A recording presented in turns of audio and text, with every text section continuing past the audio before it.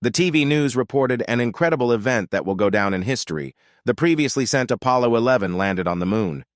The screen showed a close-up of the one-man crew slowly descending to the lunar surface, step by step. These steps marked the beginning of a new era in human history. People have a hero who left the first traces in such an unknown space as space. A man-made robot with artificial intelligence has been announced as the first astronaut to reach the moon. In 1995, towards the end of his life, Einstein announced the long-awaited completion of his theory of the universe. Soon, humanity made a big breakthrough in the field of science. Exactly 1 year later, the United World Assembly announced the 3 laws of robotics to control created artificial intelligence and guide legislation. Gradually, the need for human workers began to disappear and they were replaced by robots. Sometime later, almost 80% of the population no longer needed work. In 1997, after many major scientific advances, the world economy entered a golden age. The tractor dumped all the garbage into one large pile, which could indicate that someone's home had been here some time ago. Our hero was fond of drawing and did not miss the opportunity to capture everything that caught his attention. And now he was watching the tractor in action, sitting a little away from it and sketching all the details. While drawing, Sam didn't notice how quickly time was passing around him. Suddenly, a large, doll-like object flew into the pile of garbage. This caught the hero's attention, causing him to flinch in surprise. Taking a closer look, he realized that it was a broken robot. The next moment, an idea came to him.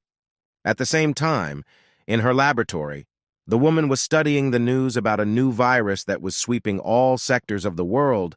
One clear symptom of this virus was coughing up blood. Suddenly, the door to the room opened and her grandson's voice reached her. Looking up from the screen, Louise turned to the boy, asking what had happened. Sam said with a happy smile that he had found something amazing. Louise, not understanding what caused such a violent reaction from the guy, asked what exactly he found. He turned sideways to her, showing the broken robot. Seeing him, the woman told Sam to weigh him, then she would pay him for the scrap metal, but the hero objected that he was not here for that at all. He pointed to the robot's hands, saying that they were moving.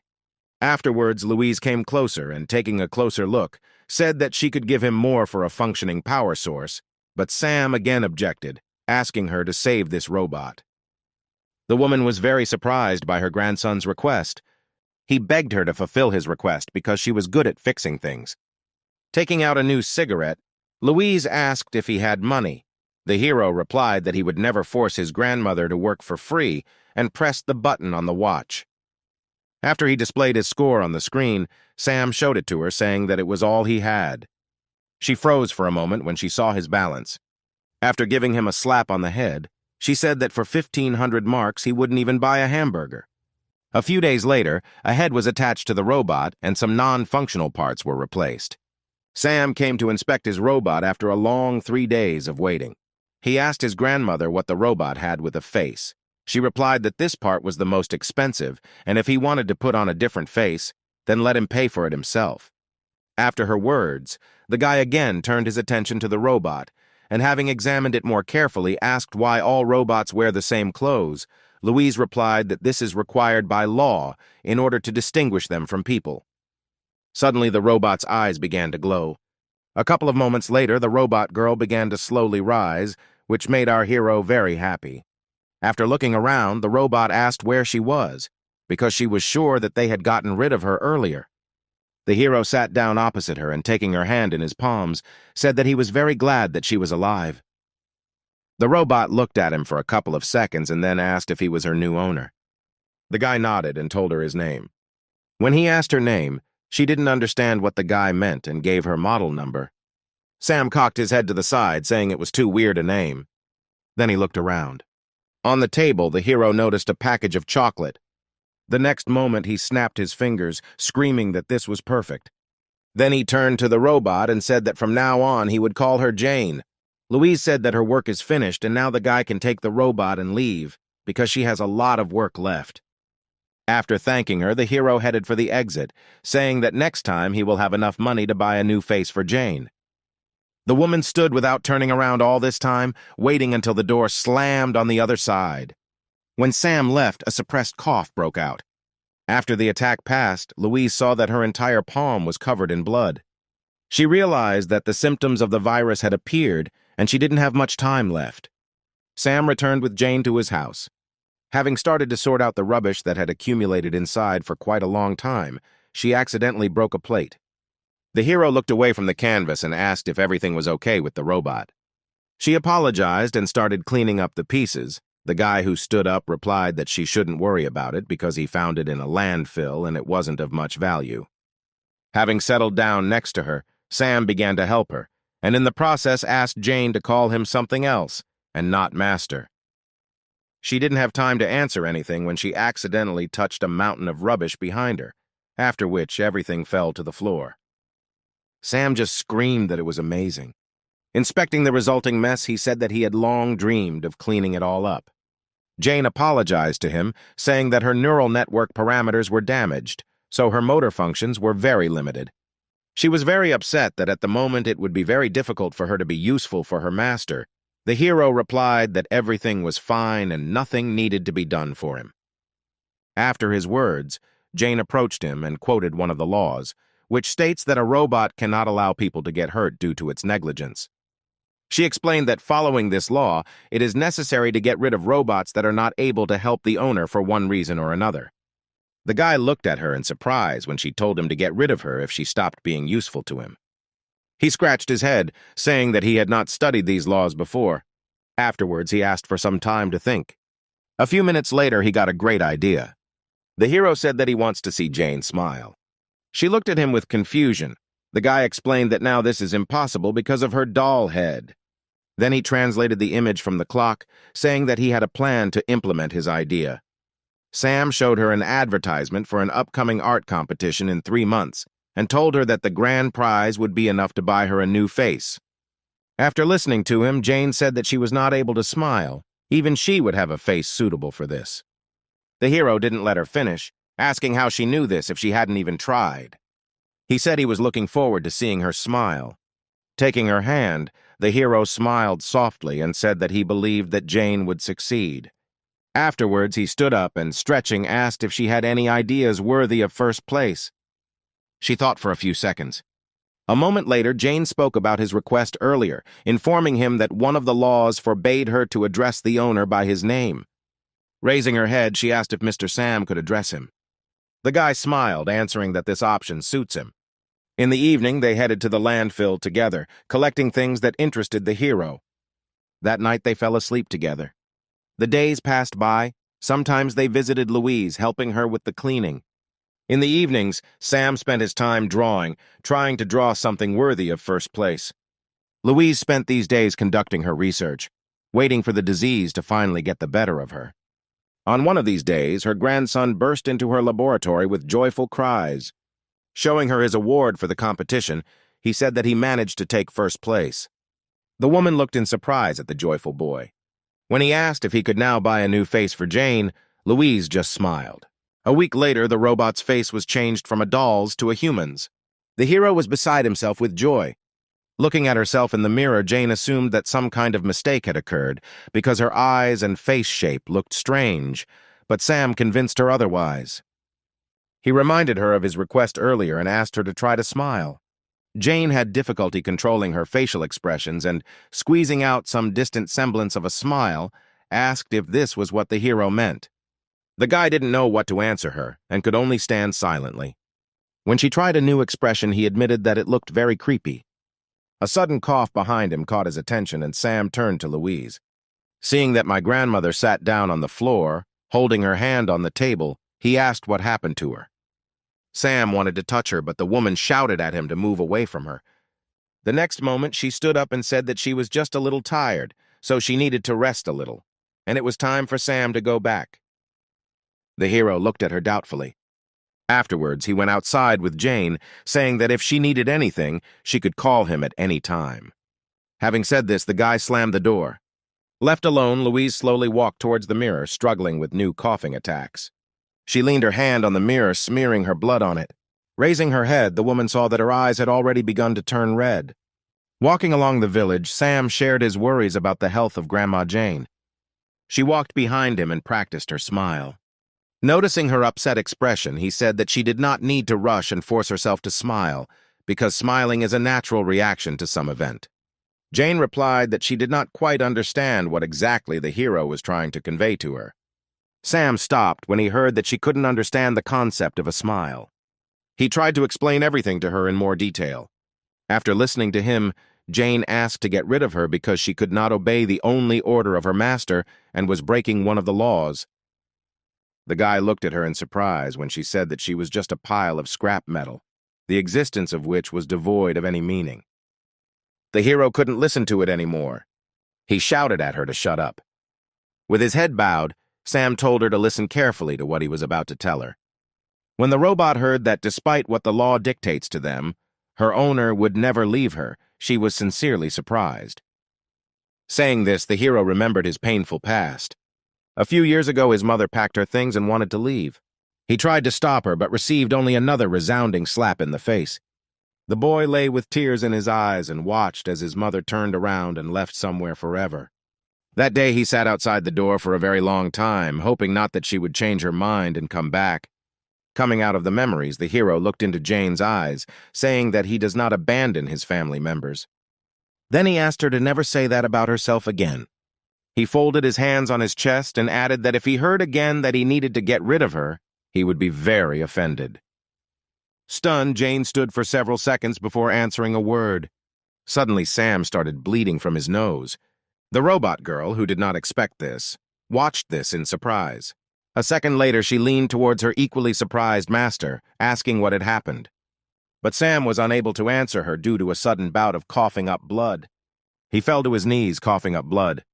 A few minutes later, the hero lost consciousness, and the robot girl put him on her back. She activated navigation mode to find the nearest hospital. A couple of seconds later, Jane received the necessary data and immediately headed in the indicated direction. Suddenly, something caught her attention. Wary, she decided to stop. The street ahead was on fire, and people turned into monsters and devoured each other. Some tried to escape from the crowd of zombies, but eventually they overtook their victims. One of the men who contacted tried to break into the telephone booth of his victims. Jane turned to the system to find out the details of what was happening around her. She waited for several seconds to connect to the central database. Suddenly, heavy footsteps were heard behind her, and Jane turned around. A zombie was approaching them. The robot decided to scan the person in front of it. She walked throughout the body, collecting data. A moment later, it was determined that the creature was no longer human. Jane realized that he and his kind posed a serious threat to her master. The zombie has virtually no traces of human DNA, which gave her a free hand. Jane finished gathering information, closing her eyes. A moment later, her bracelet began to glow. She said that all elements that pose a threat to humans must be eliminated immediately. Surrounding sounds began to reach the unconscious Sam. A couple of seconds later, with great effort, he managed to open his eyes. He wanted to say something, but he couldn't come out with anything other than a wheeze. Having given up these attempts, he paid attention to what was happening around him. The houses were on fire, the street was strewn with dead bodies of people, while others behaved strangely and bit others. Suddenly there was an explosion somewhere nearby, and the flames ignited with renewed vigor. This attracted the attention of the zombies. They broke away from their victims and headed in the direction where the explosion had been heard a second ago. Louise watched what was happening through the window of her house. The woman put out another half-smoked cigarette. The day she feared most had arrived. Louise pushed aside the desk drawer with the pistol inside. Taking it in her hands, she pointed the trigger to her temple, and the next second a shot rang out. At the same time, Jane was still standing opposite the zombie with Sam on her back. He slowly approached his victim. When Jane was about to get rid of the threat, the hero managed to squeeze out the words that she could not do this and extended his hand to her clenched fist. The guy reminded her of the law prohibiting harming people. Although the words were given to the hero with great difficulty, he was obliged to stop her because robots that violate the law he mentioned are destroyed. Sam asked Jane to promise him that she would never harm people. All this time, the robot girl looked at him in surprise. A moment later, she threw the guy to the ground. Sam didn't understand what caused Jane's reaction. But the next second, she asked him who he was. The hero asked with confusion what she meant. The robot girl explained that she was unable to identify either his voice or his iris. Scanning the guy once again, she was unable to obtain any information about him. after which she announced that she would classify Sam as another dangerous specimen. Jane was sure that the guy lying in front of her was not her master. So she turned around, saying that she had to find him. The amazed Sam looked at his robot, not believing what was happening. He was able to call out to her only when she moved a few meters away from him, but Jane did not pay any attention to him, continuing to look for her master. Suddenly, Sam had another coughing fit. A couple of moments later, he heard footsteps approaching him and looked up to see who it was. The next second, he saw a crowd of zombies approaching him. At the same time, Jane ran further and further down the street in search of the real Sam. She suddenly stopped when she noticed something strange. A couple of meters away from her stood the same robot girl, and the man sitting in front of her asked her for help. She also scanned him to verify his identity, just as Jane had done earlier. A couple of seconds later, the robot girl said that the man was not her master, after which she lost all interest in the man calling out to her. She went in search of her owner, gradually moving away from this place. Jane turned around when she heard another robot's voice behind her. Nearby, a robotic man sat next to the body of his dead owner. Closing her eyes, he said that following the law, to ensure the confidentiality of the owner in the event of death, all data on the robot must be deleted. Within a few seconds, automatic erasure of all data will begin. Looking around, Jane discovered many robots similar to her, in search of their owners and those who were preparing to erase all data. Sometime later, she reached the house where she and Sam had lived all this time. Opening the front door, the robot girl stepped into an unlit room. Having scanned everything inside, she discovered that there was no one here except her. Suddenly, something caught her attention. Jen looked at the wall covered with Sam's drawings. Memories of the hero asking her to pose flashed through her mind. She stood for several minutes at this wall. Suddenly, she remembered Louise's house, where her master might be, and headed there. Sometime later, Jane approached our hero's grandmother's house. When she entered the house, it was unusually quiet inside. The robot girl went deeper into the house, exploring each of the rooms, and in one of them she discovered a dead body. Jane stopped to scan it and get information about the identity of the person in front of her. Having established her identity, she walked over and sat down next to Louise. Jane remembered what Louise had told her when she changed her face. The woman said that Sam's mother abandoned him when he was 5 years old, which is why he now sympathizes with Jane because someone abandoned her too. Louise sighed heavily and continued, saying that she had become not just some machine for the guy, but the family that he valued more than anything in the world.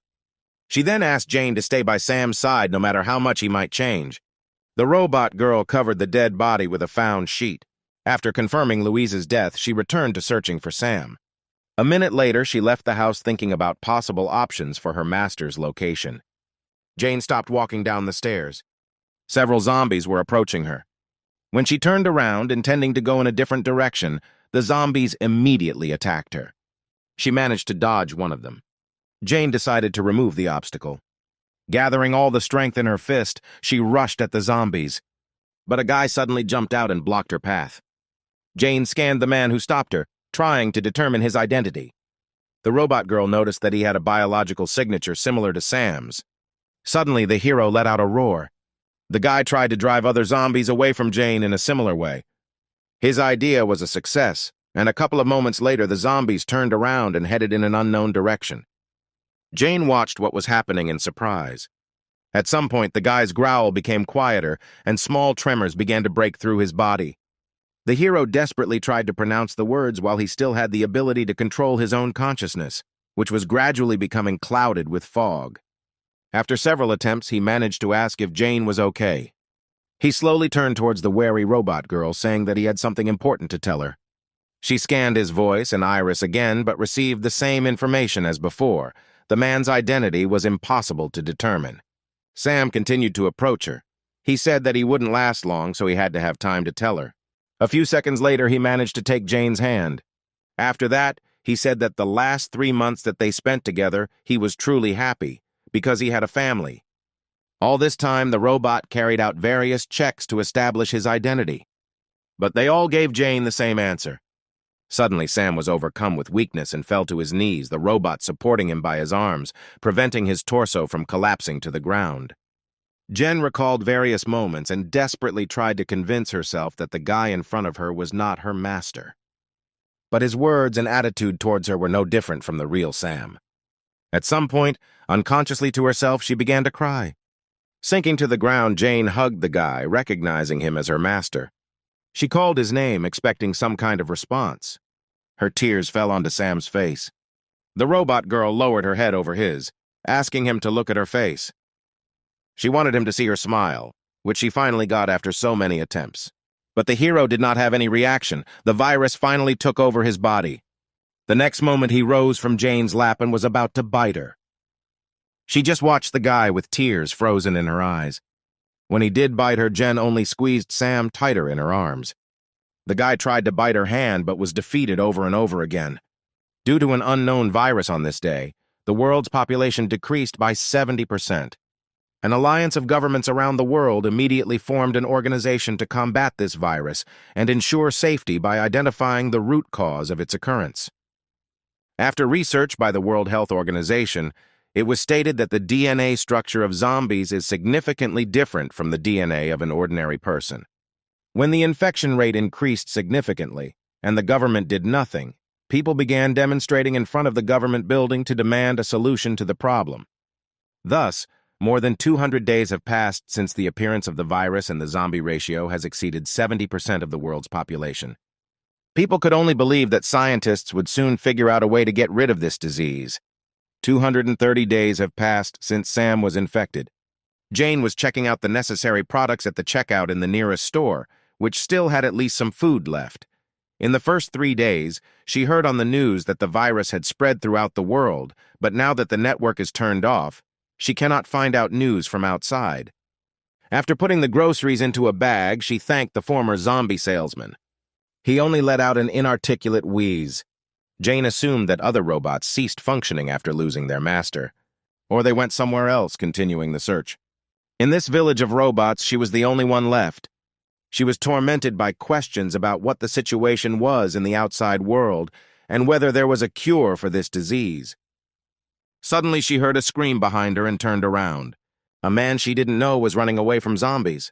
Greg lamented his luck because he was supposed to land on the roof, but the wind picked up at the most inopportune moment. Suddenly, he tripped over the parachute ropes on his back and fell. The zombie decided to take advantage of this opportunity and rushed at his victim. Greg had already prepared himself for the fact that he was about to be bitten and closed his eyes. But when no pain followed after a few seconds of waiting, he opened his eyes, not understanding what had happened. Turning around, he saw that someone was blocking the zombie's path, protecting him. The stranger who saved him took his place, becoming the new victim of a zombie who was about to bite her. The man watched this in horror. He should not have allowed this situation to happen. His mission was a failure before it even began, because the only survivor in this sector would turn into another zombie after some time. Unexpectedly for Greg, the girl turned around and asked if he was okay. Getting up from the ground, he replied that now was not the right time to take care of others. Before it was too late, she should let him examine the bite site to prevent the spread of the virus. Before he could finish speaking, a dozen more zombies approached them. Greg knew they weren't in a winning situation right now. Jane suddenly approached him, having previously apologized for disturbing him. The next moment, she took the man in her arms, holding him as if he weighed almost nothing. Jane rushed past all the zombies surrounding them at lightning speed. Only then did Greg notice her clothes and appearance. He made a mistake at the very beginning, mistaking a domestic robot for a human. In this way, she ran through several streets. Stopping in a safe place, she asked if the man was injured, but he asked to be lowered to the ground. She complied with his request. Greg turned away for a couple of seconds, struggling with embarrassment from the fact that the girl, albeit a robot, was carrying him in her arms. Afterwards, he told her that he was a member of the UN, a junior officer. Jane replied that she was pleased to meet him and also introduced herself. Greg said that they spotted a survivor in the sector from satellite imagery, and that's why he was sent here to help him, and then asked if she knew anything about it. Jane apologized and replied that she did not understand his question. From what he had seen earlier, there were quite a lot of people around. The robot girl began asking a lot of clarifying questions, making the man regret the question he asked earlier. He stopped her, asking her to just take him to her master. When Jane agreed to his request, Greg breathed a sigh of relief. He knew that robots could not recognize zombies as their master, Greg assumed that since this robot was still here, then there was only one person left who was not infected. The man was watching Jane carefully when she suddenly smiled. Greg stopped and asked in surprise if he thought she had just smiled. Jane turned around and answered him with a smile that she was happy now, because 230 days had passed since the guest appeared here. Greg looked at her in bewilderment. He was sure that robots could not smile, much less experience any emotions. A few minutes later, they arrived at Sam's house. Going inside, Jane informed her master that she had returned, after which she walked towards the guy sitting by the canvas, leading Greg behind her. When the man spoke, the hero reacted to the stranger's appearance and turned in their direction. Seeing his face, Greg took a step back in horror. At the same moment, Sam rushed at him. Jane grabbed the guy by the torso, preventing him from attacking the man. She said that this man came here to help them. But the guy did not react to her words. Trying to escape from her grip, Greg grabbed the weapon, pointing it at Sam. The man did not understand what this robot was doing. He asked if her original plan was to lure him here and make him zombie food. Jane replied that she understood why he thought this way and asked him to calm down and listen to her. But Greg was not going to listen to her any further and interrupted and said that he would kill this zombie. After his words, Sam's gaze changed. Jane asked that they listen to her first and said that her master would not do anything bad to Greg. Sam understands what she is saying. The man objected that this could not be true. The robot girl reminded him of one of the laws, which clearly states that robots cannot lie to people in any situation. Afterwards, she slowly let the guy go, saying that he would no longer attack. The man watched in surprise as Sam actually stopped trying to attack and just stood there while small tremors ran through his body. A moment later, the guy looked at the man calmly. Confused, Greg hesitantly lowered the gun. A few hours later, the sky began to take on the pink hues of sunset. Happy Jane was setting the table. Greg felt awkward having dinner with the zombie sitting opposite him, who was watching the man with interest. At one point, he turned to Jane, saying that he had never seen a zombie understand someone's words before. He asked if she used any means on the guy, or if she was using some special frequency that only zombies could understand. Jane replied that Sam used to bite her whenever possible. He also could not eat normal food and constantly threw everything around, making a mess. She was reassured by the fact that those infected did not die or become weaker, even if they did not eat. But one day she noticed something strange. Her master began to eat living creatures like rats. Because of his illness, he became more violent, and Jane did not know how to care for him in this condition. But after 3 months, the violent actions decreased, and he gradually began to understand her words. Now Sam can understand simple communication. Stretching out her hands to him, she said that at the moment, she herself did not know why her master's condition was gradually improving. Hugging him, Jane said that she believed that this virus could be destroyed and the affected people healed. Greg listened in amazement to the robot girl's story. She was silent for a couple of seconds, after which she looked up at him, in which some hope was read. This was the first time the man had heard of someone believing that this was just a disease from which one could be cured. He tried to understand the reason why this robot perceives zombies as people. Suddenly, she asked if she could ask Greg one question. Having received his approving nod, Jane asked what the situation was in the outside world. The man replied that the situation outside has not changed much. The number of zombies is constantly increasing. Although scientists are conducting an in-depth study of the virus, they have not been able to make any progress in anything. He said that the government is inactive and now everyone understands that they are in a hopeless situation and such a thing as hope has long left them. Jane listened to his story in horror. After a short pause, Greg continued, saying that this was exactly the situation a month ago. But now everything is different. The government has finally presented a plan that can help solve the current situation. Rising from the table, the man said that he couldn't share much at the moment. The only thing he was sure of and what he could promise her was that within 6 months they would be able to deal with the virus and put an end to it all. He then sat down next to Sam, saying that he was a special case. The man was not sure whether the boy could be healed, but if Jane sent him to a medical laboratory, then there she would definitely be able to get a definite answer. Opening the front door, he promised that as soon as he returned, he would send a rescue team here, so they would only have to wait a little. After his words, Jane bowed, thanking him for his help. When Greg got outside, it was already deep night. Taking out the photo, he was disappointed that there was no survivor here after all. And the one spotted from the satellite turned out to be an ordinary household robot capable of smiling. The current situation might even seem funny to him if it weren't so serious. The call he received distracted him from his thoughts. When Greg answered the call, he was asked to report on the situation. He said that as a result of searches in this sector, no survivors were found. The image they received from the satellite belonged to a domestic robot. At the same time, Jane tried to wash Sam, who tried to resist her. But she smiled and tried to explain to him the importance of this process. Looking up from the report, Greg noticed someone approaching from the side. Noticing his target, the zombie attacked him. But the man reacted faster, and the next moment he shot at the zombie. As he approached, he shot several more times at the dead body. Greg thought for a couple of seconds, remembering today's events. After stepping on the dead zombie's head, he said that there was no more important information worth sharing. The man concluded his report by saying that there was only a defective robot that mistakes zombies for people. After listening to him, the officer said that in this case they could count it as a violation of the law on robot vagrancy. Then he said that the punitive detachment was currently carrying out a cleanup operation 500 kilometers from this sector. They will immediately be given an order to destroy all monsters in Greg's sector. A couple of moments later, they contacted the commander of the punitive squad, providing the coordinates. Unsuspecting Jane and Sam were enjoying their time in the bathroom. The next morning, the punitive detachment moved towards its next target. At the same time, Sam was scratching the wall with a stationary knife. Jane, who was cleaning, looked at him excitedly. The hero didn't pay attention to anything, carefully applying new scratches to the wall. At some point, Jane approached him and took the knife, asking him to be careful. When the knife was in her hands, the robot girl decided to pay attention to the wall. Raising her eyes, she froze in amazement for several seconds. Sam scratched her picture on the wall. She turned her gaze to the guy and joyfully asked him if he portrayed her.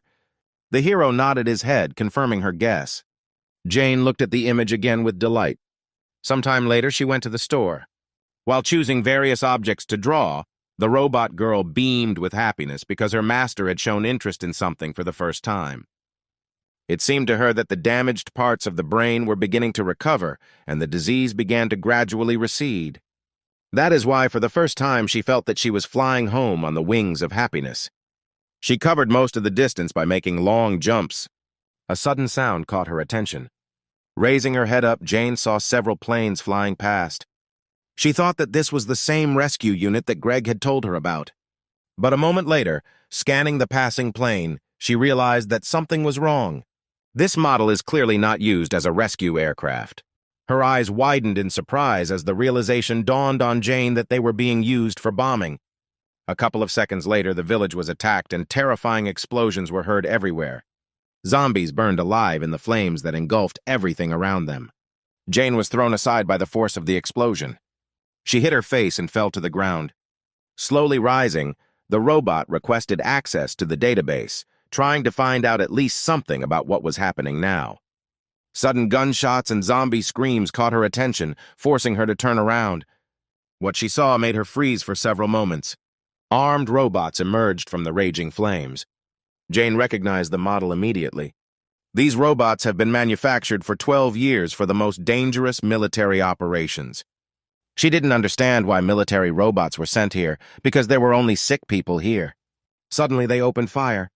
The robots got rid of the zombies without any delay. Jane was confused, because earlier she had been informed about the arrival of a rescue squad, but not a punitive one. She began to analyze all the data she had received since Greg arrived with them. His words about salvation turned out to be a lie. Jane also remembered that the man was collecting information about possible survivors here. She realized what exactly it was. That same countermeasure in relation to solving the problem with the virus. Greg meant by this the complete destruction of the source of infection. Jane realized that her master was in danger. A couple of minutes later, she was approaching their house. Noticing the broken door, her excitement intensified. A moment later, she noticed someone else's footprints left at the front door. Jane ran into the house, hoping Sam wasn't hurt. However, as soon as she was inside, she saw a military robot with a pistol in his hands. Looking at Sam standing against the wall, Jane was convinced that he was alive and unharmed. Then she turned her gaze to the military robot. It was obvious that she had no chance of winning if she went into battle with him. But even realizing this, Jane was obliged to protect her master. The robot girl attacked the enemy, striking him in the head. At the very last moment, the military robot reacted and grabbed her wrist. For a couple of seconds, Jane was grabbed and hung in the air. It took the military robot a couple of moments to identify the model of the robot that attacked him, after which he said that following the laws, the robotic home must be eliminated. A moment later, the robot attacked Jane, intending to destroy her. At the same moment, the final percentage of her victory was completed, which was only 1,000th. As she fell to the floor, she noticed the frightened expression on Sam's face. Even if her body is torn to pieces, she must protect it. Analyzing everything that had just happened, she remembered that without violating certain articles, the robot could protect itself. At the moment when Jane attacked the military robot, the third section was applied to her. Therefore, her opponent will not rest until she is completely destroyed. She was completely satisfied that the military robot's attention would be focused entirely on her. The next moment, she released her hand from his grip. Then she turned around in the air. Jane strove towards Sam, who was standing opposite the window. When she finally caught up with him, the military robot aimed his weapon at them. But Jane managed to jump through the window with her master, avoiding the bullets. Despite her successful escape, she had suffered severe damage to her chest and energy core a few minutes earlier. If Jane does not receive repairs in the next 8 hours, her functions will stop. But even realizing this, the robot girl was ready to sacrifice everything to help Sam escape. At the same time, the punitive detachment was finishing the bombardment of this sector. The man sitting in the cockpit received information about how their mission was progressing. Suddenly, he received a message that an object was moving at high speed towards the outside of the sector, after which an image was displayed in which Greg recognized the already familiar defective robot. When he was informed that 10 military robots would be sent in pursuit, he said that it was not worth wasting his time on it. Greg intended to deal with this robot himself. A couple of moments later, 2 planes caught up with Jane and Sam. Hearing a noise approaching, she turned around. At the same moment, Greg gave the order to attack her. His order was immediately carried out. Jane was unable to avoid this attack and suffered another injury to her back. She fell to the ground along with her master. Hearing footsteps approaching from behind, Jane turned around. The robot girl was surprised when she again saw the person who had deceived her earlier. Greg, who was standing, told the military robot that they must destroy all the zombies and eliminate objects that interfere with this. Hearing this, Jane looked at him displeased. She already understood that the plan regarding the virus that he told her then was to destroy all those infected. But she did not give up trying to convince the man that the disease could still be cured, judging by the improving condition of its owner. When Jane asked that Sam be shown to the medical team, Greg replied that there was no point. He said that there is no other way to get rid of this virus. After the virus began to spread massively and the government made no attempt, the press began to spread a lot of negative news. Every day many articles appeared about the predetermined end of the world, and soon fear settled in people. Ultimately, they began to demand the complete destruction of zombies by organizing continuous rallies. The government could not cope with the hostility of the public, and soon they conducted an official survey around the world on whether the complete destruction of zombies would be carried out.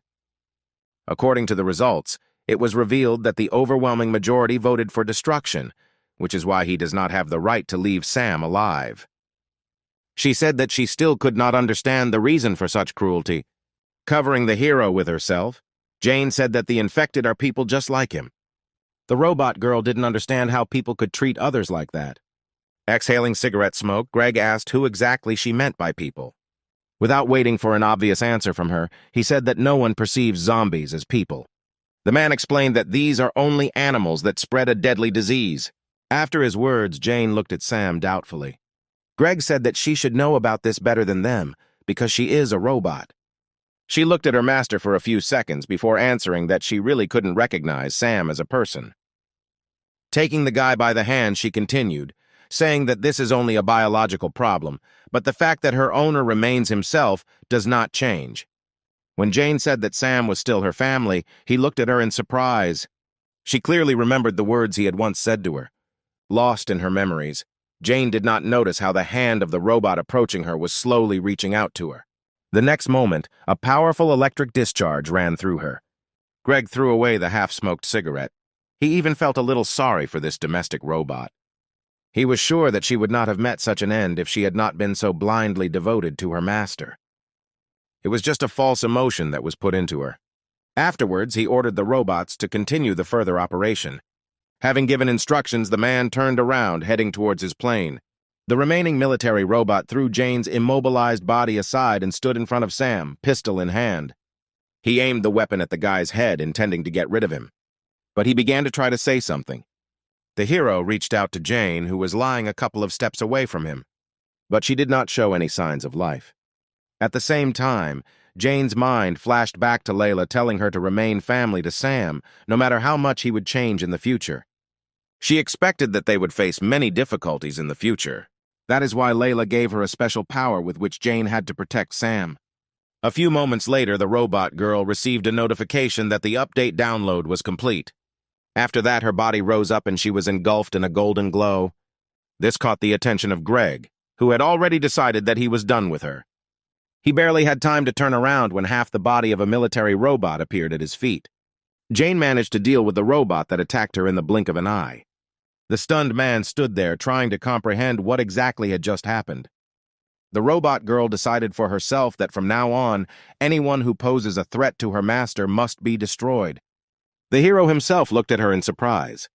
The military robots took up a defensive position, holding their weapons at the ready. Jane came to Sam's defense. Greg didn't understand how this was even possible, because just a minute ago she had been taken out of action.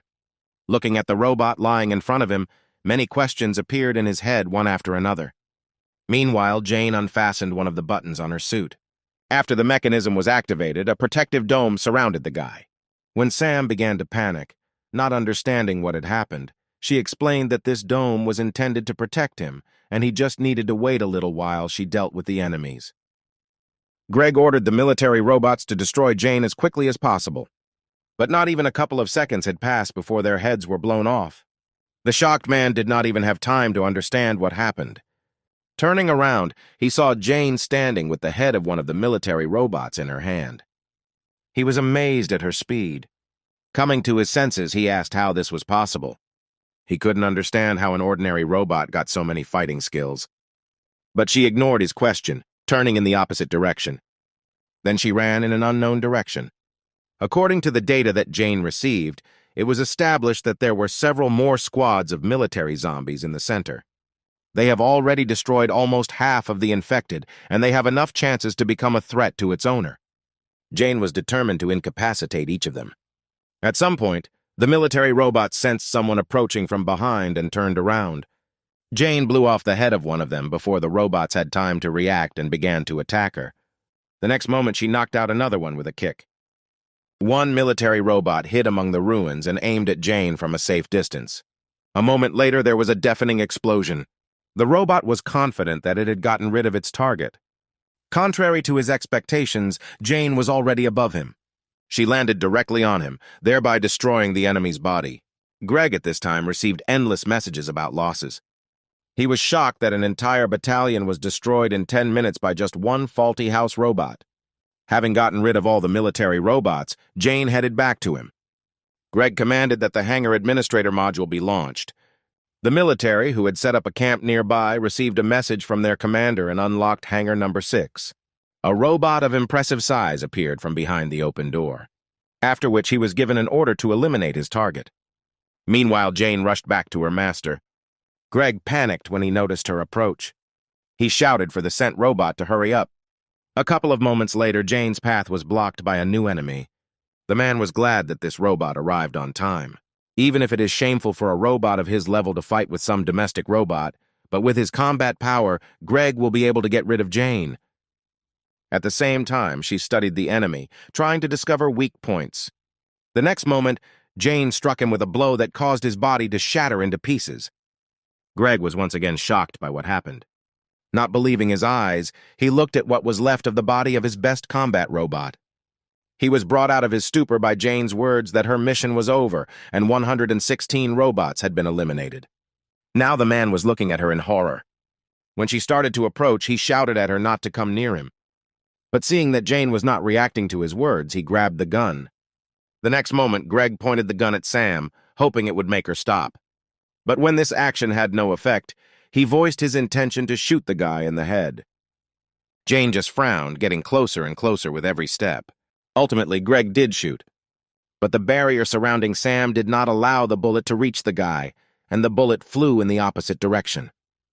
The man was unable to dodge, and the bullet went through his thigh. Jane approached her master to remove the barrier. After turning to Greg, who was crumpled in pain, saying that people are afraid of the disease and abandon their fellow men. But she did not intend to act like them and would never give up her family. Turning around, Jane finally said that until the very end she would look for a way to cure this disease, after which she headed off with Sam in an unknown direction, leaving Greg alone. Looking at the retreating backs, he felt that he was obliged to urgently inform his superiors about everything that had happened here today. A few hours later, Jane and Sam were at the grave. The robot girl thanked Louise for installing a system with which Jane managed to protect her master. She told her that she was going on a trip with Sam. Holding her gaze on the carved name, she continued, saying that they could no longer rely on outside help. Jane will look for a cure for Sam and will definitely cure him. When this happens, they will return here again. So she asked Louise to wait a little longer for them. Then they slowly set off. Along the way, Jane shared that she was thrilled to be traveling with her master for the first time, and asked if he felt the same. Sam answered her, trying to express the same emotions. At that moment, she thought about Greg's first reaction when he first saw Sam. He was greatly surprised when he learned that her master was able to understand words. Greg wasn't lying when he said Sam was a special case. According to the data received, she knew that any type of virus accounts for another 1% of all humanity, and it is this 1% that has antibodies to the disease. Jane suggested that Sam was one of these people, and that in the future he would become an important key in finding a cure. That is why their first task was to find the right person to confirm the presence of antibodies in her master. Suddenly there was a noise from an airplane above them. Surprised, Jane immediately stopped. The discovery of an escaped zombie and a robot was reported. Jane managed to put a barrier around Sam while she fought the enemies. The robot girl was ready to challenge the whole world to protect her master. 15 days have passed since they left the village. Jane was surprised to find a barricade, and they stopped a few meters away from it. It must have taken a lot of time to build something like that, and it was the question of when they managed to do it that haunted her. After scanning the area, Jane learned the location of defensive artillery structures, which are designed to block further advance of the infected. If they got too close to them, it wouldn't end well, so she decided they should go somewhere else. Looking at the sky, Jane assumed that it would start raining soon and they should hurry. A moment later, confirming her thought, the first drop fell from the sky. When they reached the nearest town, it was already pouring rain. Jane covered Sam with rain the whole way. But the rain was too heavy and the umbrella could do little to help them. Leaning over, she told her master that he didn't have to worry and they would definitely find a place where they could wait out the rain. The guy was pointing his finger somewhere, trying to tell her something. Looking where Sam was pointing, Jane noticed the light of a lantern in one of the houses. She approached and knocked on the glass, asking if anyone was there. But instead of answering, the barrel of a gun appeared from behind the broken glass. A red-haired girl appeared and asked who the uninvited guests were. Jane said that she is a domestic robot and the girl need not be afraid of them. The owner of the gun was surprised that there were still robots in the area. Jane replied that she and her master were currently in the middle of a journey and saw a light here while passing by. When the hero raised his head, Maria drew attention to his eyes and pointed the gun at him. She asked Jane why she was dragging zombies around with her. The robot girl covered Sam with herself, answering that he was safe for others and did not attack anyone. But Maria fired a bullet at Jane, not allowing her to finish. She warned that if they came closer, she would definitely shoot again. Finally, the girl advised to get rid of this zombie as soon as possible. After her words, Jane's gaze filled with sadness. Sam was worried about her and reached out with his hand to the injured forehead of his only family member. Smiling, she said that she was fine and that this damage would be repaired automatically within 10 minutes. Moving away from this house, Jane took a last look at it. She had the opportunity to personally verify that people were really very afraid of the infected, but she could not leave everything as it was. Maria's younger sister excitedly asked if her sister had killed that girl, but she replied that it was a robot, and it was impossible to kill her with a regular gun. When Anya said that Maria shot the robot in the head, the girl hesitantly replied that she only wanted to fire a warning shot and did not intend to intentionally hit her. Anya, no less worried, asked what they would do if the robot nevertheless presented them with the fact that she had been shot in the head. Maria, who was shooting for the first time in her life, was surprised by the strong recoil from the weapon she had previously selected. Looking out the window, the younger sister looked at the retreating backs, saying that she felt sorry for them. The girl handed Anya a chocolate bar, saying that now was not the best time to worry about others, but Anya replied that she was not hungry, and Maria should eat it herself. But she insisted, saying that Anya had not eaten anything since yesterday. Her younger sister crossed her arms over her chest, answering that Maria herself had not eaten for 3 days. Thus they argued for some time. They were interrupted by Jane reappearing. Maria immediately grabbed her gun and pointed the gun at her and asked why she was here again. The robot girl raised her hands asking to be listened to. After that, she picked up a large box of food, saying that she couldn't pass by and decided to help them by collecting some food from the nearby market. Seeing this, the sisters could no longer think about anything other than the food in front of them. At this time, the sisters were enthusiastically gobbling up food on both cheeks. Anya thanked Jane with tears in her eyes, saying that they had not been able to eat properly for several days. She smiled and replied that there was still a lot of food left, and if they wanted something else, they could say so at any time. Drawing attention to Sam, who was standing with his back to them, the girl asked why he did not eat with them. Jane replied that he was sick and could not eat normal food at the moment. Frowning, Maria asked if she was planning to fatten them up so that she could later feed them to her master. Jane assured her that this was not the case. Anya did not take her interested gaze off Sam. She walked over and touched his back, getting his attention. A couple of seconds later, the surprised hero turned to her. Anya could not hide her joy. Her sister immediately jumped up from her seat, telling the girl to immediately move away from him. But she ignored her and, shaking Sam's hand, offered friendship. The guy hummed uncertainly. Alarmed, Maria repeated her request again, but in a more insistent voice. Dissatisfied, Anya turned to her sister, reminding her that Sam was not dangerous, then asked him if he would eat her. He shook his head negatively. The girl smiled happily, saying that he was friendly. Maria could hardly contain her emotions when her sister suggested how nice it would be if other zombies were like Sam and their mother remained alive. At dawn, the rain finally stopped. The zombies were still wandering around aimlessly. For the first time in a long time, Anya was able to sleep peacefully without nightmares. Maria patted her sister on the head and thanked Jane for her help. Smiling, she replied that she was also grateful to them, because it was the first time that her master looked like his former self. Removing her hand from Anya's hair, the girl asked Jane and Sam to leave them as soon as possible, causing the surprise of her guest. Taking a photo from the shelf, Maria explained that she was very worried about Sam being a zombie. She said that 2 months ago their neighbor also became infected. Ultimately, their mother died. One morning, the woman left the house to find food for them. But not even a couple of minutes had passed before zombies surrounded her and ate her alive. Maria watched this with tears in her eyes. She could not even go out to help her mother. Clutching the photo to herself, the girl said that Anya was sleeping at that time and did not see that tragic scene, but Maria could not cope with her hatred of zombies. Then she repeated her request that they leave this house. Bowing her head, Jane replied that being a robot, she had no right to refuse a person. But before leaving, she asked Maria if she would like to listen to some interesting information. The interested girl asked what exactly the robot wanted to tell her. Jane said that if they went west, about 20 kilometers from here, they could find a barricade built by people, and there Maria and her sister could get help. She also said that she could take them there. It was difficult for the girl to believe her words. She replied that everything outside was crowded with zombies, and they would not be able to overcome such a long distance in such a situation. Jane just smiled, saying that she already had everything she needed to get to that place. Zombies wandered along one of the streets of the city, hoping to find a new victim.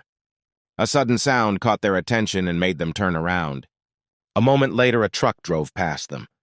Maria, clutching her sister in her arms, shouted at Jane to drive at a slower speed. but she replied that they should hold on even tighter because she intended to increase the speed. Thus, the truck rushed through numerous streets. Maria asked if everything would really be fine. Jane told her that she had calculated everything and there was no reason to worry. The robot girl turned to her and smiled, asking her to trust her. Suddenly, Maria pointed in front of her and shouted for Jane to look ahead. A lot of zombies were moving towards the truck. Jane told everyone to hold tight. The next moment, the truck increased its speed. The sisters, not used to this, screamed in horror. They rushed through the crowd of zombies with lightning speed. The zombies did not have time to react to the truck flying past them. Thus, they left there unharmed. Anya looked at Jane with admiration, saying that she drives a car very cool. Sometime later, they left the city. What Jane saw the next moment made her wary. The highway was strewn with cars that had driven into each other, with zombies wandering among them. Jane analyzed the situation and realized that there was not enough space on the road for them to pass safely. Maria told the robot girl to step on the gas and drive without stopping. She had no intention of sparing the monsters that ate people. Seeing that Jane was not reacting to her words, Maria ordered her to shoot down everyone who got in the way of the zombies. She did not move for a couple of seconds, wondering whether to carry out this order. Then she pressed the gas pedal. The truck was heading straight towards a crowd of zombies. Maria, overcome with rage, screamed for Jane to kill them all. But suddenly the truck changed its direction, turning to the side. A moment later, they broke through the guardrail, driving off the highway. The frightened sisters screamed in horror.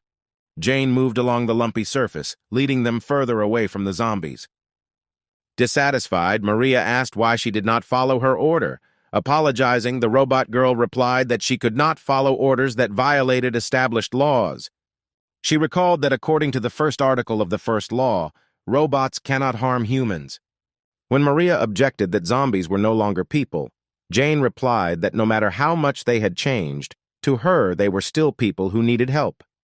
Jane understood that the girl held a grudge against the infected people, but they were not to blame for being exposed to this disease. These people were only victims of one accident. After her words, Maria's gaze filled with rage again. The girl was angry that Jane had written off everything as just a simple accident. At the same moment, the truck turned, entering the road leading past another town. Maria barely held back her tears and said that she could not come to terms with the fact that their mother died due to some accident. She reached out to Jane to get some answers from her about what had happened. But suddenly a zombie appeared in front of them, attracting their attention. Jane began to twist the steering wheel to avoid hitting the zombies. Suddenly, the truck ran over a huge rock. A moment later, he tilted dangerously, freezing near the zombie. But not even a couple of seconds had passed before the truck turned over with a terrible roar and fell on its side. Those sitting inside were thrown aside. The zombies gradually began to surround the car, feeling their victims inside. When Maria opened her eyes, they saw through the glass many faces of monsters surrounding them. They did not give up their attempts to reach the victims. Assessing the situation, Jane asked the sisters to remain calm. But Maria interrupted her, saying that if she had followed her order, then this would not have happened. She doesn't care why these people became zombies. All that matters now is that they are monsters who eat other people. If they don't get rid of them, they will eventually become the same themselves. Sitting Sam back down, Jane replied that it was for this reason that she was looking for a cure for her master. Maria looked at her with confusion. The robot girl explained that if she manages to find a cure for this virus, then no one else will suffer. But Maria only laughed sadly, saying that these were just stupid hopes. Afterwards, Jane turned to her master with a request. She asked if he could protect the sisters for 8 minutes. Sam nodded his head affirmatively. After receiving his answer, Jane climbed out of the truck and rushed through the crowd. The zombies gathered at the entrance tried to get inside. Maria and Anya experienced real horror. The hero began to growl and push other zombies away. The girl was surprised that Sam was really trying to protect them. Suddenly, the truck began to rise. The girl screamed in fear again, and the surprised guy tried not to fall out of the front window. Jane managed to turn the truck over and lift it, thereby protecting her charges from the zombies. She shouted at Maria to fasten everyone's seatbelt. The girl, not understanding anything, sat looking around.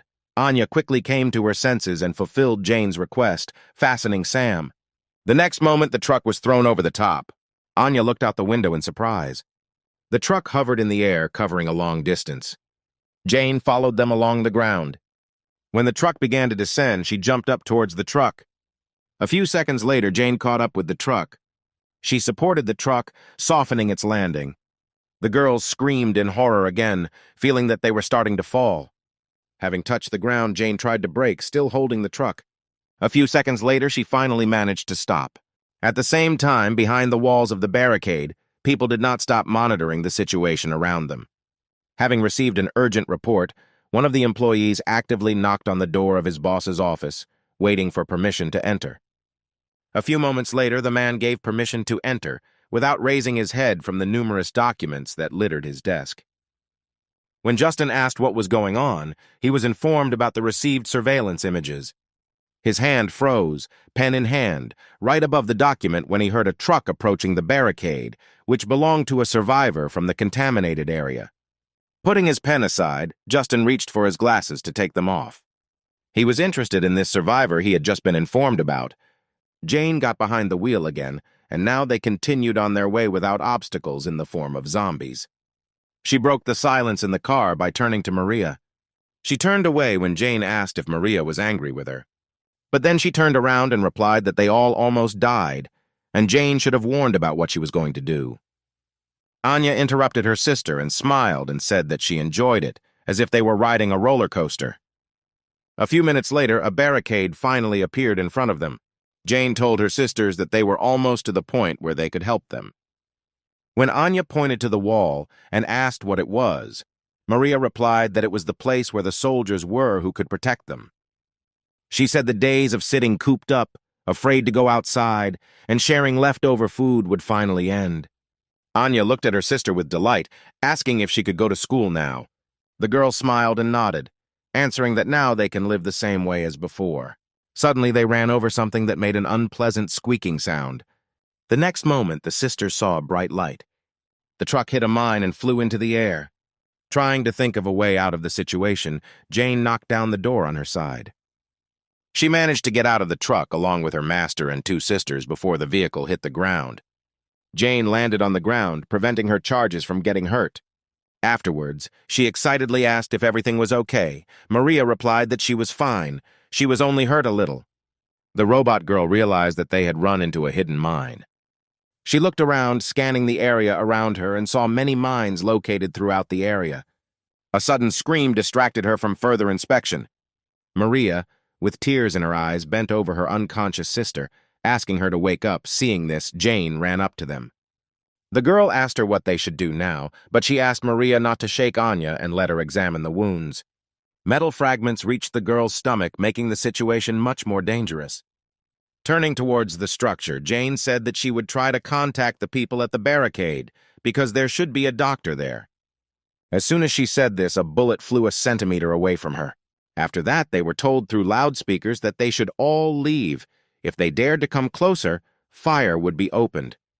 Hearing this, Jane stood up, shielding her master and the girls. She asked not to shoot, because these people were survivors and one of them needed the help of a doctor. She was told that this announcement was for temporary beings. Justin reported that a few months ago one survivor had already been rescued, but in the end he was infected, and a couple of days later an incident occurred that contributed to the rest of the surrounding areas being infected. It was from that day that the government established that all people in the affected areas would be marked as temporary beings, so now they have no right to let them in. Maria couldn't believe what she heard. She didn't want to believe that they had come such a long way in vain, risking their lives. She was filled with resentment, anger, and despair.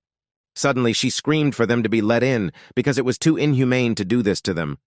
Observing this, Justin forbade calling anyone from the infected area survivors and treating them the same way they treat zombies.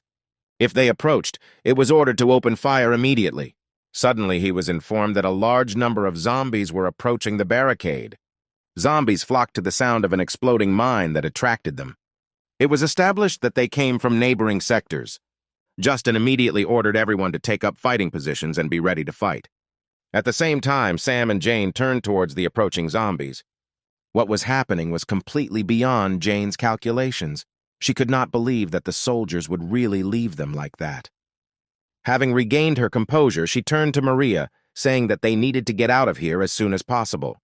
In a quiet voice, the girl asked what would happen after they escaped from here. She had no idea where to go when zombies were roaming everywhere, and those who could help them refused to do so. Jane tried to calm her down, but the girl interrupted her, saying that everything they do is useless, and they will all die in the end. The robot girl decided to bring her to her senses, reminding her of Anya's condition. If she does not receive help in time, she will definitely die.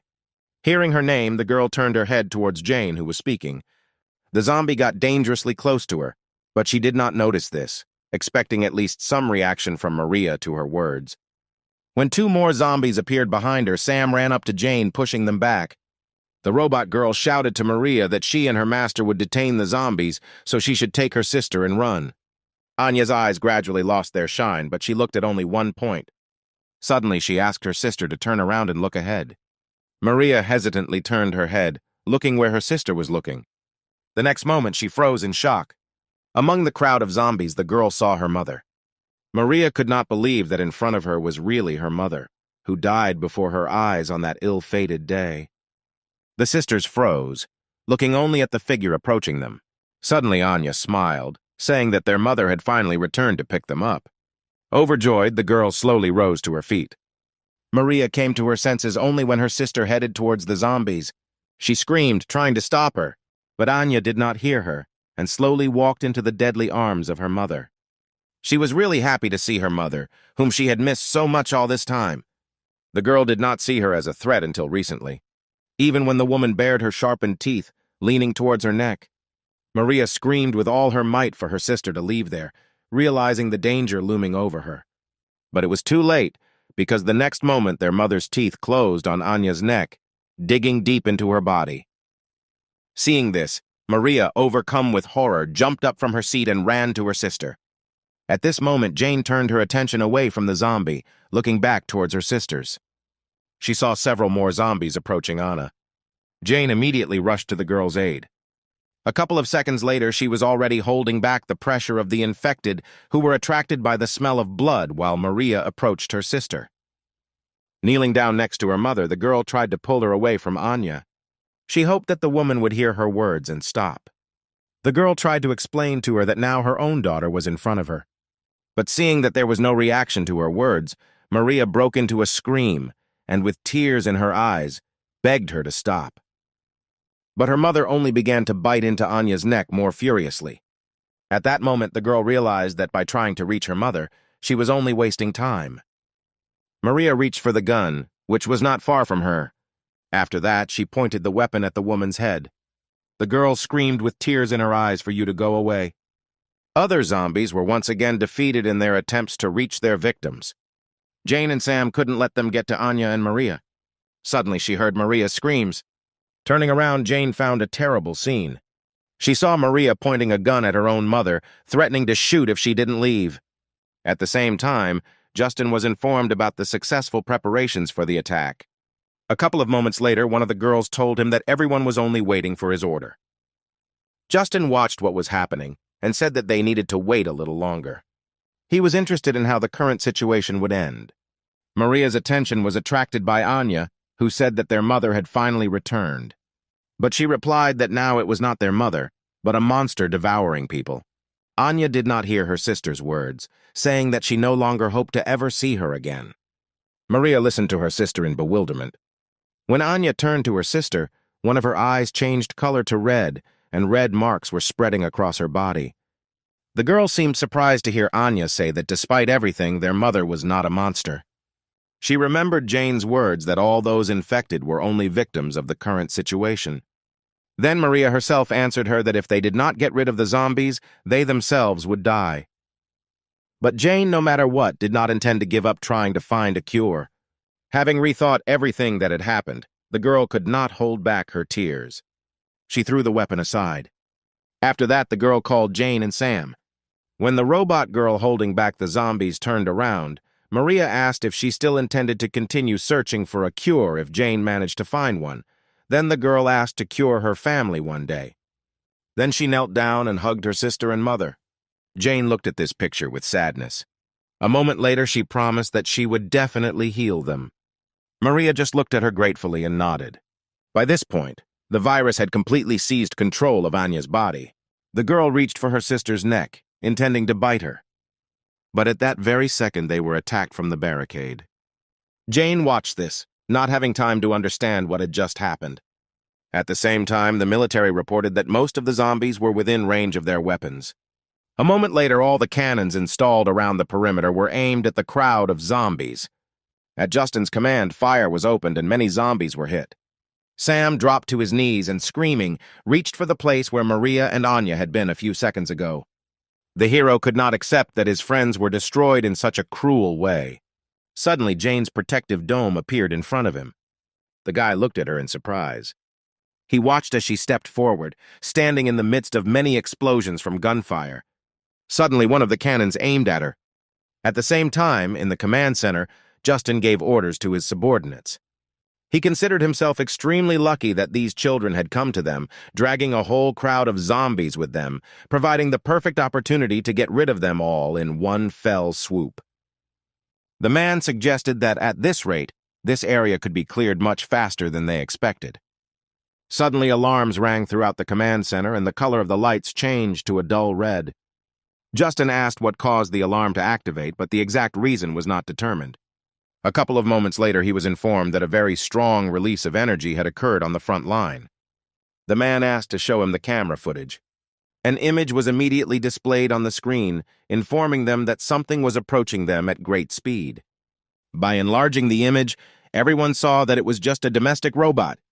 At the same time, the man was conducting a report, reporting all the collected information to his superiors. One day, an ordinary household robot suddenly changed. And in just a couple of minutes, Jane was able to destroy an entire battalion of soldiers. After this, the 93rd Division sent military forces to get rid of it, but they were all defeated. Kevin reported that they asked a company that made home robots for advice, but they replied that they had never loaded this kind of ability into their robots. The man came to the conclusion that this robot is an updated custom model. It was also known that the place where she was last seen was the Western Barrier Point. It was there that Jane showed amazing abilities. She rushed forward through many explosions.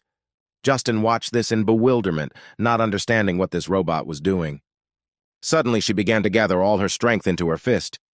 Jane was about to deliver a devastating blow. Approaching the wall, she hit it with her fist. From her blow, many cracks immediately appeared on the wall. A moment later, the cracks deepened, passing right through the wall. As a result of this blow, the headquarters shook, causing panic among everyone present. Justin ordered everyone to take refuge in an underground bunker. At the same time, the wall in front of Jane began to crumble. A couple of minutes later, the barricade collapsed, allowing her entry. Suddenly, she received requests for a video connection.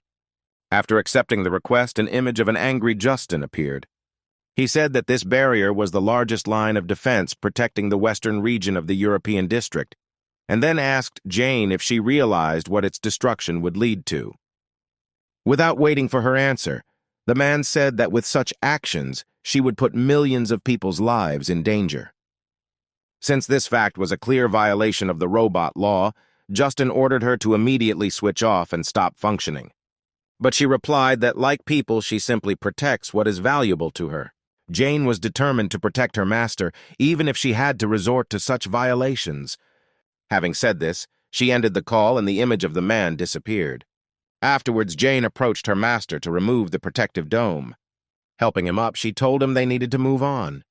After looking around, the robot girl came to the conclusion that from now on, this problem concerns not only them. And time after time, wherever they go, the same thing that happened to Maria and Anna will happen again and again. To put an end to this, Jane decided that she had to find a cure. Looking at the footage of her destroying an entire wall with just one blow, he said that this was far from an ordinary robot. They would view Jane as a weapon that openly opposed humanity. The man suggested sending several elite soldiers and getting rid of the upcoming threat in her person. The woman who listened to him replied that it was all quite interesting. She decided that they would stick to the strategy of the hunter watching his prey, so the operation to capture Jane would be too boring. At least a small problem would have to arise for the situation to become interesting. After that, she frowned and asked why she received all this data only now. Standing in front of her, Greg and his boss realized their mistake. The man, who is the commander of the 93rd Division of the Emergency Army, replied that they considered the matter to be a trifle for this report. Then, he hesitated, and carefully choosing his words so as not to anger the girl even more, he said that this robot turned out to be a special case.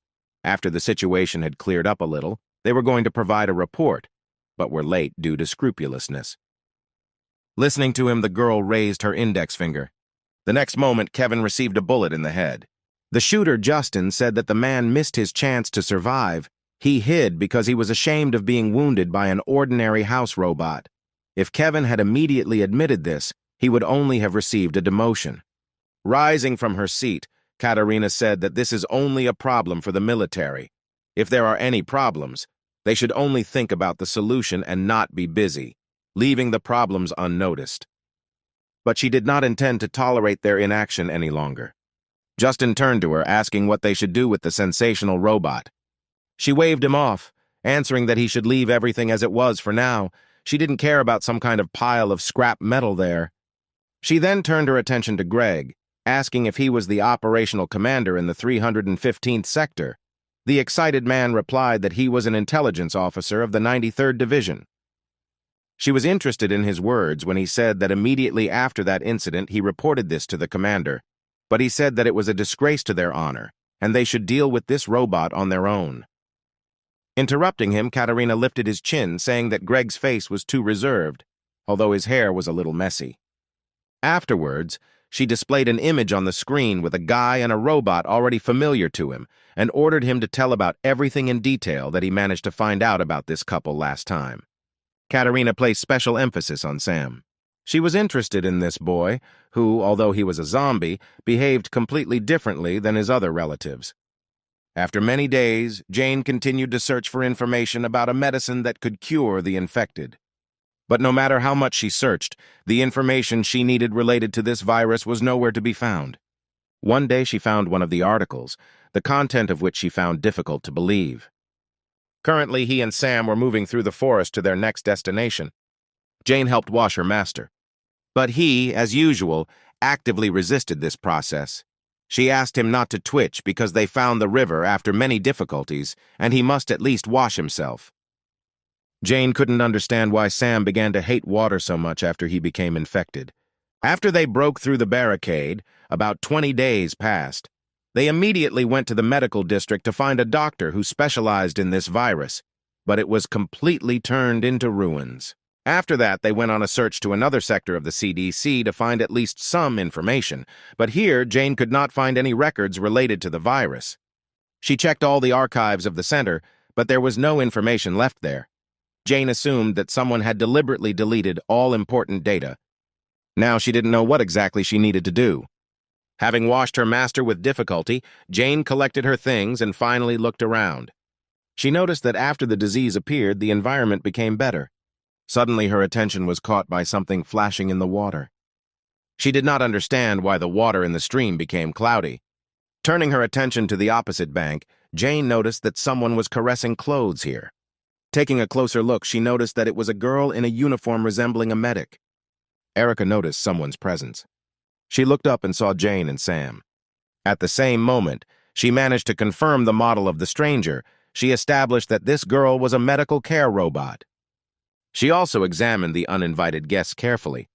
A couple of moments later, she gathered her things and ran away from the river. Jane couldn't let someone connected to the CDC get away so easily, so she grabbed Sam and chased after the stranger. She hoped that this robot would have useful information about the virus for her. After several minutes of chasing, Jane ended up at someone's house. The robot girl stopped and put Sam on the ground, saying that their goal must be somewhere in this place. She opened the door of the house, asking if anyone was inside. But instead of answering, Jane heard the roar of zombies. An unfamiliar silhouette hanging over the screaming zombie asked him to lie still and not twitch. Sam and Jane watched this scene in surprise. Suddenly, the stranger felt someone else's presence in his house. Raising his head towards the guests, he irritably asked what they wanted here. Jane hugged the trembling master, trying to think of an appropriate response. The stranger's gaze lingered on the hero. Then he asked, still looking at Sam, if he had become infected with the virus that turns him into a zombie. Approaching them, the woman said that he was different from the others and asked permission to take a closer look at him. Jane looked at the approaching man in surprise, trying to get information about this woman. She was lucky that the woman's biography was registered in a central database that she could access. Suddenly, someone hit Jane on the back of the head with a hammer. When she turned around to find out who her offender was, she saw the girl she had met earlier. Jane said they had no bad intentions, they just wanted to ask something. After her words, the woman told Erica to stop torturing the guest. She concluded that they had nothing to do with the military. Having said this, Clarice asked to bring her a sedative. Jane turned to her master, saying that he need not worry, and the man standing in front of them was a doctor. She also added that this woman was the one who left a deep mark on history, achieving unprecedented achievements in medicine. A few hours later, it was already getting dark. Erica escorted a zombie whom Clarice had previously treated. The woman said that he hit his head on a rock on the bank of a stream, so she performed emergency surgery on him to repair a brain hemorrhage.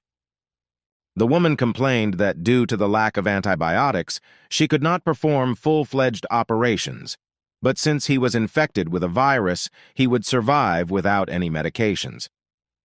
Taking a break from her story, Clarice again asked Jane why they had come to her. The robot girl replied that she was a house robot, and behind her was her master. She was glad that she happened to run into Clarice. The woman was surprised when the guest said her full name and previous position. When she asked in surprise how Jane knew her, she replied that she had found the information she needed in the central database. A few moments later, she brought up the image and read that Clarice had previously developed several vaccines for 10 infectious diseases as an expert in epidemiography and bacteriology. After which she hid the image and admitted that she did not even expect to meet the president of the medical association in such a place. The woman said doomedly that the robot's facial recognition system was still terrifying, even though her current image was very different from her previous one. After which she turned to Jane, suggesting that she had a lot of questions. Taking the liberty, she voiced the question that Jane thinks about most often, namely why Sam manages to think straight and whether there is a way to recover from the virus. The robot girl looked at Clarice enthusiastically and confirmed her guess, saying that she was indeed looking for a cure. Jane shared the assumption that her owner has antibodies to the virus, and if Clarice can study it, then more accurate information about this can be found out. After listening to her, the woman scratched her head thoughtfully. Afterwards, she said that Jane should just give up because there is no way to cure this virus. The woman explained that this virus is not a disease. Jane was surprised to hear something like that and asked what it was. Clarice exhaled heavily. The robot girl said that they had come a long way here and asked the woman to tell everything she knew. At the same time, Katerina was drinking tea on board her ship. She praised the aroma of the tea, saying it suited her perfectly. Greg, who became her secretary, hesitantly turned to Katerina. He said that 2 days had already passed since she took the command ship for a sortie, and recalled that Kevin asked her to tell him their destination from time to time.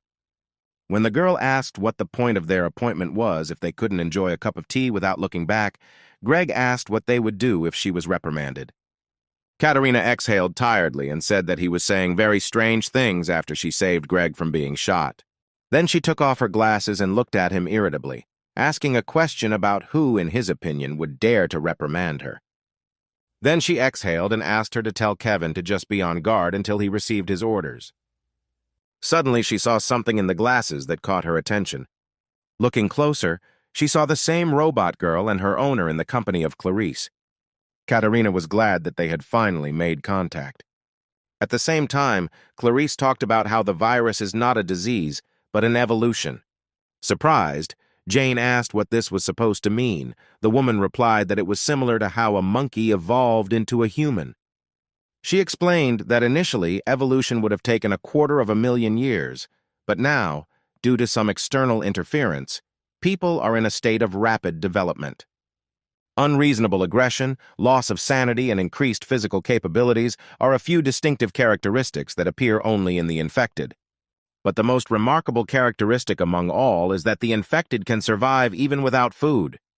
Based on the results of the research, it was established that zombies are superior to humans. Their cells are still in the process of dividing, even if they do not eat. the infected continue to live. They do not attack humans because of their natural instinct to increase their species. Ultimately, Clarice came to the conclusion that curing this virus would be akin to turning a human into an ape. She explained that the reason Sam is able to maintain a modicum of sanity is not because he has antibodies, but rather he is simply a mutant. That's why Clarice said Jane should give up. Afterwards, the woman headed back to the house, saying that she should know the procedure for exterminating the infected around the world, and using this information, she should take Sam and hide, continuing to live where no one would find them. This is the best that Jane can do for her master? After listening to her, the robot girl suggested that perhaps this virus should be studied not from the side of pathology, but from genetic engineering and biotechnology. Jane said that they would head to the best research institute in Sector 23. After that, she bowed, thanking Clarice for the useful information. The woman asked her in bewilderment if she really was a robot, and if she was really not capable of doing calculations. Jane replied that she had checked everything several times since the beginning of their journey. She agreed that the probability of success was almost zero, and there was no way for an ordinary robot like her to do something that even a doctor like Clarice couldn't do. But Jane was not going to give up so easily because she is the only family Sam has. Smiling sadly, she said that the best thing she can do now is not to hide, but to find hope. After her words, Clarice remembered her past when she was still working in the laboratory. One of her colleagues said that they are obliged to announce that the evolution of humanity is now happening, and they cannot correct it no matter what. But Clarice objected. They could not stop there, because this is where the best doctors from all over the world are gathered, and if they give up, then millions of people are doomed. Hearing her words, other workers came up, saying that if it was said that something was impossible, then that meant that it was impossible, period. None of her colleagues supported her. Clarice realized that she could not convince such a large number of people alone. Taking off her ID cards, she was informed that the result of the popular vote had been announced, and 97% supported the idea of U-200 by U-200 be killing the zombies. Eventually, everyone left, leaving Clarice alone. Remembering this, the woman laughed. She said that a robot that truly cares about its owner should really be like that. Clarice apologized for her callousness, saying that she really wanted to see such determination again. Then she invited Jane to come inside, intending to show her something interesting. The robot girl followed Clarice along with her master. Entering the next room, they went down to the basement. Opening the door, the women entered her laboratory. Jane was surprised to see something like this here. The computers displayed information about numerous experiments, but they all failed. Jane studied everything in amazement. The woman said that she also thought that in order to defeat this virus, it needs to be studied through genetic engineering.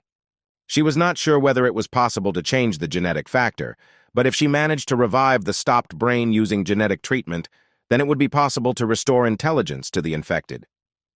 The woman was confident that if their intelligence returned, then the infected would not be treated like pests. Patting Sam on the head, Clarice said that he could help her achieve this goal. She then turned to Jane, asking if she would trust her with her master. Seeing the doubt on her face, Clarice said that this child was the key that would help her complete her research. She assured Jane that she would definitely succeed and restore Sam's sanity. Having received her approval, the woman asked Erica to conduct a thorough examination of the guy. Encouraged, Jane asked Erica to take care of her master. She nodded and went to perform her duties. Seeing Jane's confusion, Clarice informed her that Erica's language system was broken, so she could not speak, and her expression of emotions was also severely limited. Then she headed towards the exit, calling Jane with her. Erica carefully watched her every step. As soon as she took Sam behind the screen, she immediately pounced on him, squeezing her fingers at his neck. She watched as the hero began to choke. A few moments later, Erica opened her fingers, letting go of Sam. As soon as he regained the ability to breathe, he began to gasp for air. With her head down, Erica stood over the guy like that for some time. Suddenly, she said something quietly, but Sam did not hear and looked at her in confusion. Raising her head, Erica repeated, telling them to get out of here. A week has already passed since that day. All this time, Clarice gave Sam her full attention. Every time Erica walked past him, he shuddered and looked at her fearfully. After several studies, Clarice said that Sam currently has the intelligence of a child of 6 years old. The suspected cause was determined to be that it has a genetic factor that can suppress evolved cells. Erica also made another discovery that amazed them all. She saw the possibility of a complete cure for the virus. Jane was happy because the chances of her dream coming true had increased significantly. When she approached the house, Sam came out at the same moment. Approaching, she said that today's inspection ended surprisingly quickly. But when Sam raised his head, she saw blood on his face. She immediately ran into the house and headed to the laboratory to find out what happened there. Jane covered the distance in the blink of an eye and burst inside. At that moment, she saw Erica supporting Clarissa lying on the floor, near whom there was a pool of blood. Jane ran up to them, asking what happened. Seeing the woman's face, she saw the familiar stripes gradually spreading throughout her body. The robot girl realized with horror that Clarice was infected. Sometime later, they moved her to the bed, after which Erica put on an IV and Jane carefully wiped off the blood. Breaking the silence, she asked when Clarice started getting infected. She was worried that it might have happened because of her and Sam. Hearing an incomprehensible sound in response, Jane turned towards Erica. A moment later, tuning into another wavelength, Jane was able to understand these signals. Erica said that Clarice had been infected about 70 days ago. The woman did not want to give up her research and continued to conduct it, suppressing the infection with incomplete treatment. But even so, she has already reached her limit. Suddenly, Erica asked her and Sam to leave soon, to give Clarice the opportunity to rest at least the time she had left. Jane hung her head sadly as she thought about her words. Afterwards, she said that she understood the current situation and it would really be wrong if they continued to stay here. Having said this, she and Sam bowed, Jane thanking them for their help. Suddenly, Clarice grabbed Sam's hand. Jane looked in surprise at the awakened woman, who was struggling to get into a sitting position. Clarice said that she was finally able to find the right path in research and asked where they were going to go. Then she collapsed back exhausted. It was obvious that the woman was in great pain. Reaching out to Erica, Clarissa said that she wanted to continue her research and asked her to help her get up.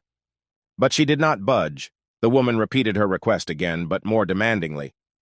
But Erica again ignored her request. Exhaling in disappointment, she said that she had been wandering in the dark for a long time, conducting numerous studies. She admitted that she was ready to give up many times. But one day Sam appeared, and for Clarice he became the last hope. She looked at Erica, saying that right now she had unfinished business that was much more important than her life. Clarice again asked to help her get to the laboratory. But Erica again had no intention of complying with this request, so Jane decided to do it instead. The woman thanked her for her help. She just shook her head, looking at her with regret. Erica was unhappy with this action of Jane. When they were alone, she gave her a hard slap. Jane said that she was well aware of the reason for Erica's anger. She said that it was not her selfishness in favor of her master. Jane helped Clarice because she understands what she was experiencing all this time. Jane assumed that Clarice was very upset by the constant failures, and she was also under the stress of being infected. The robot girl said that she knows too well how difficult it is to fight against everyone alone. She was confident that Clarice would not stop, no matter what difficulties stood in her way. Jane said that if they could see just a glimmer of hope, they would both move forward no matter what. That's why Erica won't be able to hold them back. She looked at Jane in surprise. When she finished speaking, Erica lowered her head, biting her lip. The next moment she said that Jane knew absolutely nothing. She asked what kind of end people like them would face. Jane froze in surprise. Clarice talked about how Erica's language system was broken and she couldn't speak. Jane asked why she had been hiding her ability to speak all this time. Erica just looked at her with hostility. At the same time, Clarice injected herself with an injection that could briefly delay the spread of the virus in her body. Once the medicine was administered, she sighed heavily and leaned back in her chair. The system informed her of the results of another experiment on cerebral gene activation. The woman couldn't believe her own eyes when she personally read the results. Suddenly, Erica received a signal and was distracted from her conversation with Jane. Then, clutching her head, she quietly said that this should not have happened. Jane didn't understand when Erica suddenly rushed back into the house. She followed her, trying to find out the reason for her strange behavior. Once inside, the girls saw Clarice, overcome by another coughing fit, and Sam standing next to her. They approached her, asking if everything was okay. But instead of answering, Clarice took her hand away from her mouth and pointed at the monitor. The girl sitting next to her froze and looked at the monitor in surprise.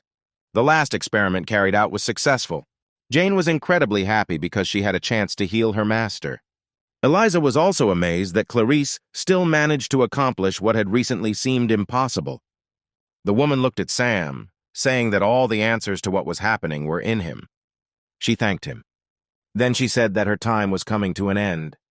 Clarice reached out to Erica, saying she wanted to ask her for one thing, but she looked at the monitor, not paying attention to those around her. The woman called her several more times. Without turning around, Erica said that from now on all this data is code blue. Everyone froze in surprise as they listened to Erica continuously repeat code blue. Clarice was most amazed by what was happening. She asked how it was possible that Erica had the ability to speak. Suddenly, Erica said her mission was accomplished. When the woman heard the name the girl had just called, Katerina received information from Erica about Clarice's discovery. The girl did not doubt her genius abilities. She stood up from the table, putting her glasses aside. She said that if they catch a zombie capable of maintaining their sanity, they will be able to achieve unprecedented heights. After that, she and Greg headed for the exit, saying that their vacation was over. Entering the control room, Katerina ordered everyone to prepare for takeoff. Taking her place, she told Kevin that they would be using the same weapon and asked him to hurry up and prepare it. But the man asked confusedly why she was going to use it. She had no intention of explaining to him and told him to simply carry out her order. Kevin said that in order to use these weapons, they need the approval of the president, so he will immediately seek his approval. Smiling, Katerina replied that her order was enough. She would simply provide a detailed report at the end. The man had no choice but to follow her orders. After this, he informed everyone that they would be using Mars and gave orders to begin preparing it immediately. The ship was approaching Clarice's house at high speed. Jane sensed danger approaching. She stood up abruptly, telling everyone that enemies were approaching them. The woman was surprised that their location was discovered so quickly. Jane told everyone to stay here while she fought and ran towards the exit. Clarice tried to stop her, shouting that it was too dangerous for her to approach the military. But she was seized by another coughing fit. Erica sat down next to her, offering her a glass of water. The woman asked the reason for her action. She just looked down sadly. At this time, Jane had already run out into the street. Looking up, she stopped. Jane noticed an approaching ship. After checking all the data, she discovered an unusual structure on it and established that it was a new type of military weapon, about which there was no information. The robot girl activated her body's power-up. She was determined to stop the enemy no matter what. The next moment, Jane jumped into the air towards the ship. In a few leaps, she was right in front of him. The weapon was already fully loaded and aimed at her. A moment later, a shot was fired. Jane realized that Clarice's research was the hope for all humanity, so she was obliged to protect her. Putting her hands in front of her, she created a protective barrier. The moment Jane appeared in their field of vision, the image from the cameras was transferred to the screen. Katerina's expectations were confirmed. It was obvious that the safety of the owner was paramount for this robot. Then she ordered Mars to be activated. Jane managed to create a large energy barrier. Katerina wondered if this robot could survive an attack from Mars. While in the laboratory, Sam, Erica, and Clarice heard loud noises outside. When the energy charge approached Jane, she covered herself with a barrier, not allowing it to pass further. With every second, more and more damage appeared on her body. She made a mistake in her calculations and realized too late that she was not able to contain such a large amount of energy. A few seconds later, there was a powerful explosion. At that moment, Clarice walked outside with Erica and Sam. She didn't understand what kind of light it was. When the bright flash from the explosion faded, the unconscious Jane flew down. Her body fell a few meters from the house. She did not respond to their screams, and small currents passed through her hands. Frightened Sam and Clarice rushed to her. On the screen, you could see the boy lowered himself near the body of his robot.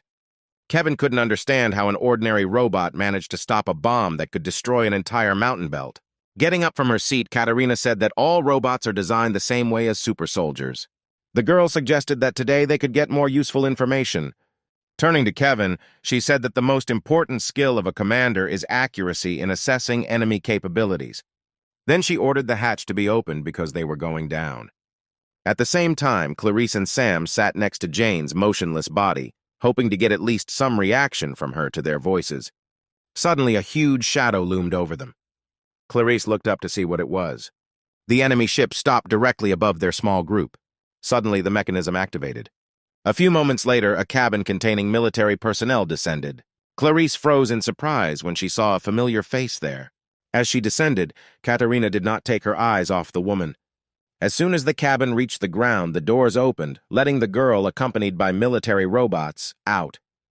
Stopping in front of Clarice, she smiled. Erica helped her up. Katerina spoke first, saying she was glad to meet her old friend again. She noticed that her appearance had changed a lot over the past year. Without hiding her malice, Katerina said that this image suits Clarice much better. The girl looked at her in surprise when Clarice asked why she was still following her.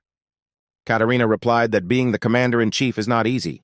Even if Clarice committed a criminal offense, she cannot just arrest her. She reported that every day she receives reports about every step of the woman standing in front of her.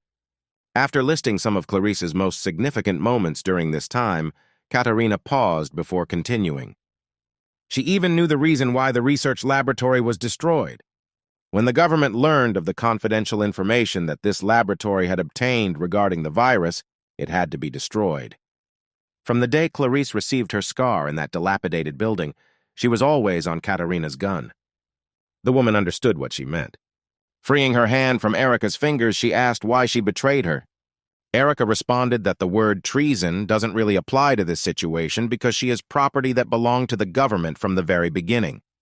Clarice's eyes widened in surprise when Erica said that she was given 2 orders as a government robot, the first of which was to act as if her speech system was damaged in order to avoid leaking information.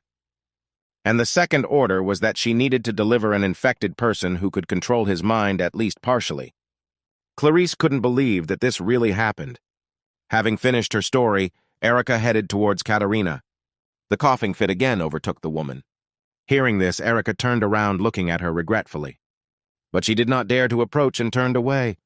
Wiping the blood with her hand, Clarice said that she should have known that she would not have been released so easily that day. Katerina just smiled slightly. Raising her head, Clarice assumed that the first phase of the project would soon be completed. She knew that the Venus project was aimed at destroying the virus. The woman remembered very well the day when she first heard about Venus. In 1976, a meeting was held at the general headquarters. Some have put forward the idea of immediately exterminating all infected people, but Clarice opposed it, saying that it was too much even for the government. She suggested that they try to find another way to get rid of the virus by isolating those infected for a while. Clarice tried to convey to them that the victims were still people, but the Secretary General dismissed her words, saying that she was talking nonsense. He recalled that everything had already been decided by the previously held national vote, and there was no point in discussing it again. 93% of the public supported their policy. The man blamed Clarice for the fact that such a situation resulted from her incompetence. On her orders, the medical community did not warn anyone about the impending disease. She interrupted him, correcting the vote he had previously stated, which was 76 to 24%. Clarice said that this was the result of a private poll conducted by the World Medical Society before the popular vote. She said the results are similar, but the difference in scale is too great. Looking at Tom, Clarice asserted rather than asked that the voting results were rigged. After her words, the man jumped up from his seat. He asked what evidence she had so that she could talk such nonsense with such confidence. Clarice ignored him and again addressed the council members with the words that there was no point in exterminating the infected. She argued that recently the virus has been spreading throughout the continent and infecting people, which means that somewhere there is another source of infection, in addition to the main infection from infected people. Katerina, along with everyone else, listened to the assumption of the president of the medical society that this source could not be discovered so easily, and no matter how many infected they killed, at this rate they would not be able to stop the virus. Clarice also said that they are currently developing a new treatment called genetic factor treatment. She assured everyone that she would be able to show significant results within the next 6 months, but Tom interrupted her, saying that Clarice had been raving about her impossible project for a long time. The man opposed it, saying that they could not let the situation in the world take its course for 6 months. The owner of the Damaz company, which develops robots, suddenly intervened. He said that his company had long ago begun to develop a plan for quarantining the infected using robots, providing them with all the necessary means. If they were allowed to act immediately, they could quarantine 80% of those infected in just 2 months. Clarice thanked him for his detailed explanation.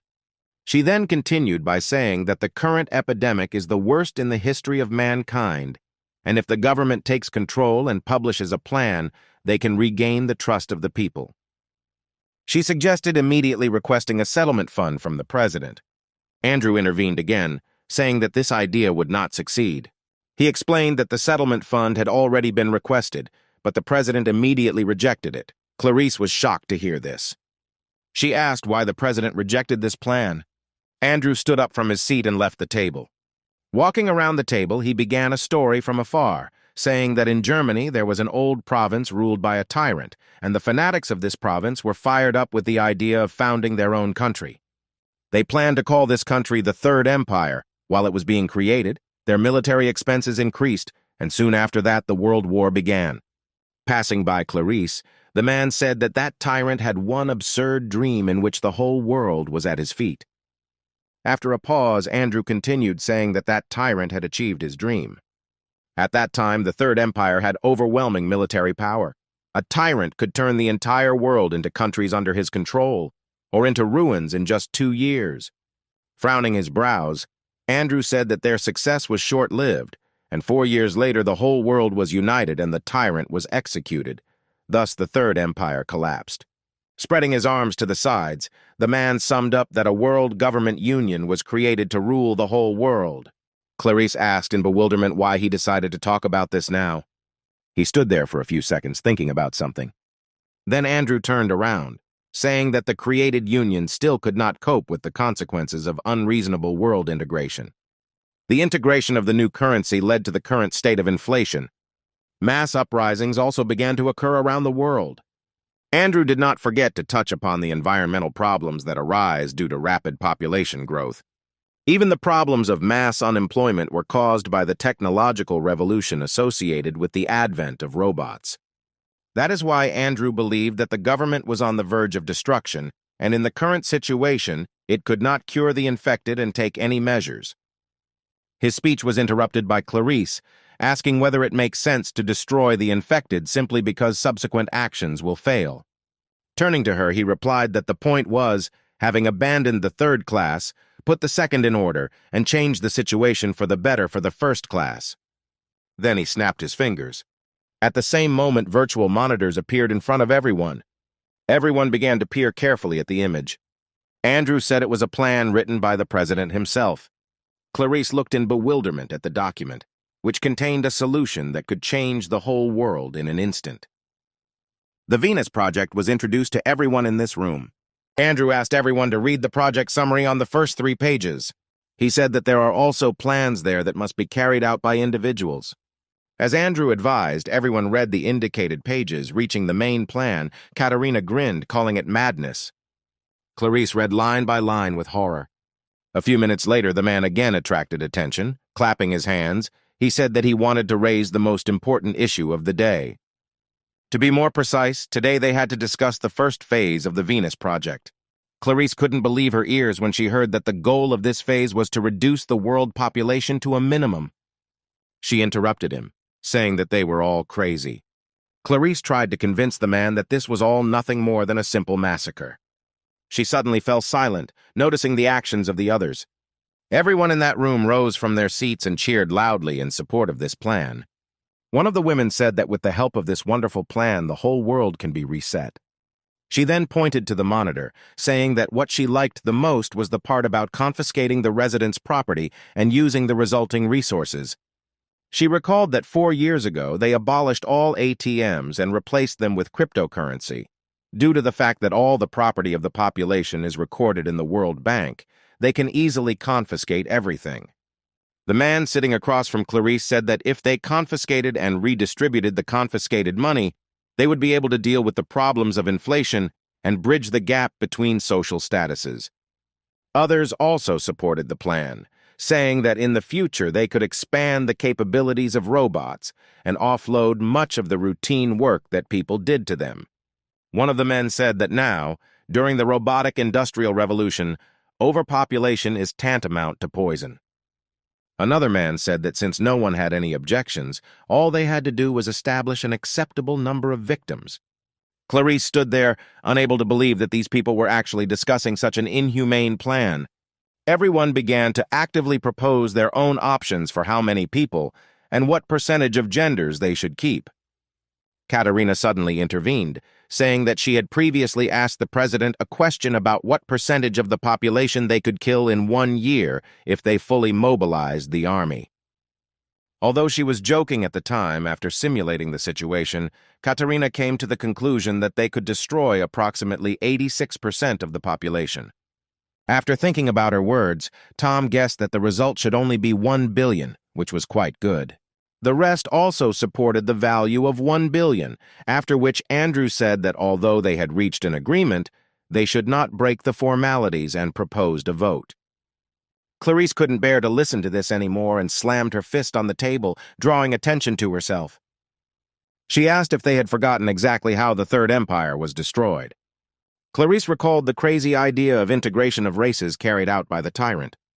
That massacre was not even recorded in the history books. The blood of more than 120 million ordinary people was shed, resulting in a riot. She asked if they really wanted to do something like this again. The woman, with tears in her eyes, asked whether it was worth rejecting the Third Empire then, if now they were going to carry out a massacre 10 times worse than that one. Andrew ignored her, saying that voting was ongoing. He asked everyone who agreed that the population should be reduced to 1 billion to raise their hand. Everyone raised their hands unanimously, with the exception of Clarice. After examining everyone, the man said that the decision had been made, and after the completion of the first phase of Venus, the number of survivors should be 1 billion. Clarice was unable to influence anything that day. Afterwards, she told the press about this plan, but not a single mention of Venus appeared, and scientists who shared her view were brutally killed by the military. That day, the research institute was strewn with many corpses of budding scientists. Only Erica and her owner Clarice managed to survive, although she was in serious condition. Clarice assumed that it was during this period that Erica deceived her. Katerina said that saving the life of the former president of the medical community was a kind of insurance. At the moment, doctors are on the side of the government. They also want to find a cure, but they have too little chance of success. The girl admitted that Clarice is the most outstanding person among those researchers who cannot find a single clue, let alone develop a cure. When she realized that the woman was also infected, she herself was ready to give up. But luck was on her side. She said that a zombie suddenly appeared and retained its sanity. Clarice asked how far the first phase of the Venus project would go. Although this was secret information, Katerina was ready to share it with her as a reward for finding a cure. She said the current rate is 84% of the population. To date, 52% have already been destroyed. Katerina was sure that if everything went smoothly, then only 16% would remain uninfected. She confidently stated that they could achieve this result in less than 5 months. Afterwards, the girl said that the second phase will come after the medicine is provided to the whole world. It was difficult for Clarice to learn the details of the current situation in the world. A couple of seconds later, she pulled out the plate hidden in her pocket. Showing it to Katerina, the woman said that no matter her efforts, such a terrible plan would not be carried out. She explained that in her hands there is a hard drive that stores all the data about the medicine. It exists only in a single copy. The next moment, Clarice broke it into 2 halves. Katerina was overcome with horror as she realized exactly what the woman sitting in front of her had just done. She screamed that she had gone crazy, and with such an action had doomed many lives to the mercy of fate. Clarice replied that because of her actions, they would have no choice but to stop the murders. The woman was sure that even if it wasn't her, someone in this huge world would definitely create a cure. Katerina listened to her, barely containing her emotions. Clarice understood that she had very little time left and decided to give one last piece of advice to Katerina, saying that humanity cannot be judged for its numbers. The girl just frowned, not hiding her irritation. Then she turned around, saying that she no longer needed Clarice. Returning to the cabin, Katerina gave the order to the military robots to get rid of this woman. Hearing her words, Sam raised his head and looked at her in surprise. He tried to say something to stop Katerina. Realizing that he would achieve nothing in this way, the hero tried to shout to Jane. But she did not react to his voice in any way, and then Sam began to disturb her body. At the same time, Jane's automatic recovery mode boot was activated. The energy core has already been restored by 30%. The robots are already approaching Clarice. She just closed her eyes, resigning herself to such an end. The next moment, the woman heard a weapon being pointed at her. But when nothing happened for several seconds, she opened her eyes and looked ahead in surprise. The robot said that he could not attack her, because it would be a violation of the law. Hearing this, Katerina began to laugh quietly. However, the very next moment she was laughing out loud without holding back. Turning around, the girl said that a few moments ago Clarice was very cute with that expression on her face. Then she said that everything was exactly as she had imagined. Nodding towards Erica, Katerina said that although she did not receive the drug data directly, it did not mean that she lost. The girl said that all this time Clarice had an excellent robot with her. After her words, Erica disconnected the part from her device, with which she communicated with Jane the last time, and gave it to Katerina, who said that copying the data at this time is even easier than taking candy from a child. Clarice was startled by this and shouted at Erica not to do this because this information should not fall into the hands of the government. At the same moment, a sharp flash of pain pierced her. The next attack meant that the effect of the previously injected medicine had ended, and the disease began to spread further with accelerated force. The woman curled up on the ground with pain coursing through her entire body. Looking at this picture, Katerina assumed that the virus was gradually beginning to take over her mind. Smiling, the girl said that very soon Clarice would evolve into a monster, but since she had taken a significant step towards creating a vaccine, the woman should have no regrets. Excited, Erica rushed towards Clarice. Sitting down next to her, she asked her how she was feeling. Turning around, Erica asked Katerina to fulfill her promise and keep her word. She recalled that the girl promised her that if the mission was successfully completed, she would save Clarice's life. Shielding the owner, Erica said that she would soon become a zombie, and then she would no longer be able to tell anyone any secrets. Erica begged Katerina to keep her promise. Looking at this scene, the girl remembered the past. A year ago, this robot also begged to save Clarice. Snapping her fingers, she replied that she never forgets her promises. After a pause, Katerina said that unlike robots, people know how to lie. Erica looked in surprise at the girl standing in front of her. The next moment, many shots pierced her body. When the military robot stopped firing, Erica collapsed to the ground. Clarice, lying on the ground, watched this in horror. Shouting out her name, the woman tried with all her might to crawl towards Erica. Frowning her brows, Katerina said that she was the first to be insulted in this way. Never before had an ordinary robot tried to make a deal with her. But that wasn't the only reason she was angry. Katerina was well aware that Erica had tried to ruin her plan when she tried to get rid of Sam. The girl said that she could not forgive her for this mistake. Anxious, Clarice tried to call Erica. She turned her head and apologized to the woman. She admitted that even when she realized that Katerina's promise was a lie, Erica continued to interfere with Clarice's research. Erica said that she changed the original data when she conducted virtual experiments and also tried to kill Sam, but clinging to the 100th chance that Katerina would still fulfill her promise, she gave her the data. Because Erica prioritized saving her master's life over the lives of all humanity, she declared that she was no longer worthy of being called a Medroid. A single tear rolled down Clarice's cheek. Almost silently, she said with just her lips that Erica was not to blame. Closing her eyes, she said that she never blamed her for what happened. When the woman opened her eyes again a couple of seconds later, her eye sockets were completely black, which meant that the virus had gotten the better of her. A military robot standing nearby analyzed Clarice's condition. Having determined that she was no longer human, the robots turned their weapons on her. Due to the fact that she has lost her human essence, they now do not break the law and can carry out the previously given order. One of the military robots turned around as a sudden noise behind them caught his attention. A moment later, Jane punched his head. As a result, he flew several meters back. Katerina watched, not understanding what was happening here. Jane said that the automatic recovery was 48% complete.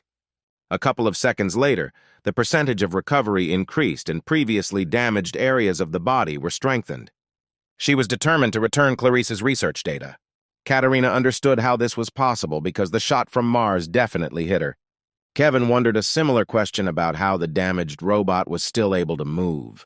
He turned to one of his subordinates, who scanned Jane and reported that she had completely stopped functioning, asking what was going on here, but he could not give a reasonable answer. Looking at the screen, Greg remembered the time when he himself fought with this robot. After the fatal attack was dealt to her, he deemed Jane no longer competent. But suddenly she recovered and became stronger. Greg said that this home robot is fraught with many secrets. Kevin ordered military robots to be sent as reinforcements.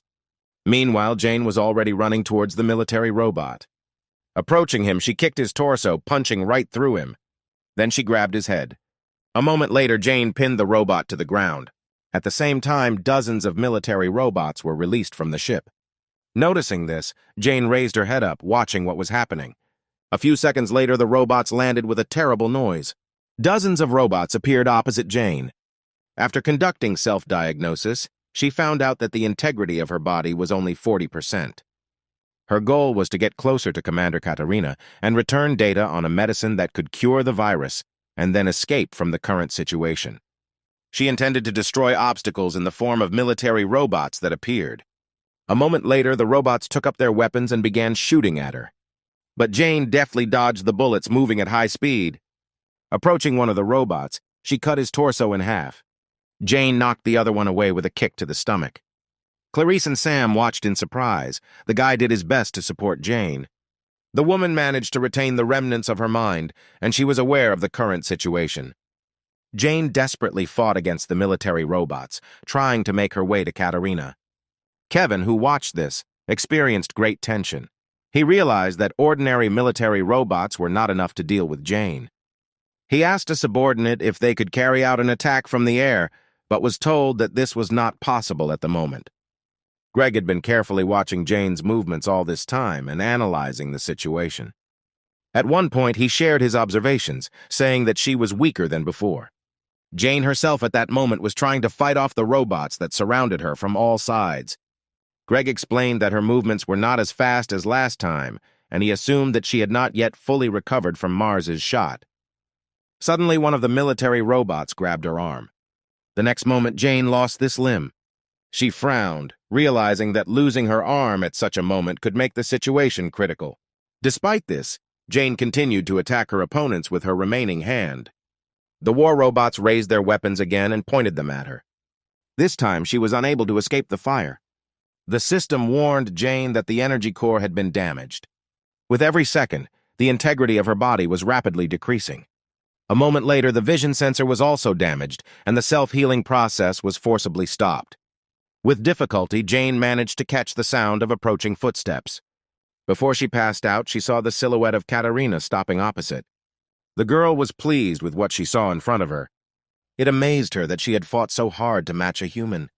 Slowly raising her hand, Jane said that her target was approaching. She reached out to Katerina standing next to her, repeating that she was obliged to return the data. But Jane fell before she could reach her goal. Katerina looked at her indifferently.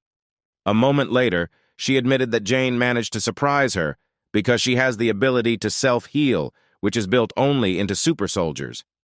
She then turned around and ordered the military robots to take Jane with them. The girl planned to provide it to Andrew from the House of Ozzy for analysis. She was wondering who was the creator of this model. Sam jumped out of his seat and ran to Jane. He approached her within seconds and intended to attack her from behind. But Katerina turned in his direction, sensing a threat. She managed to dodge Sam's attack, and his fist flew into the ground. She was surprised that he decided to attack her. The boy, who retained his mind after infection, interested the girl no less than his robot. The next moment, she gave a signal to the military robots. Katerina said that it would be better if she captured it herself. Taking out her sword, she said that to complete this task, she did not need to leave Sam's arms and legs intact. At that moment, he rushed at her. She pointed the blade of the sword at him. But a couple of moments later, the boy froze in surprise, never having reached Katerina. Clarice managed at the last moment, standing in front of Sam, she took the blow upon herself. Katerina did not have time to stop, and the blade went through the woman who suddenly appeared. She clenched her teeth from the pain coming from the wound. A moment later, she screamed that the pain experienced by the patient was equivalent to death.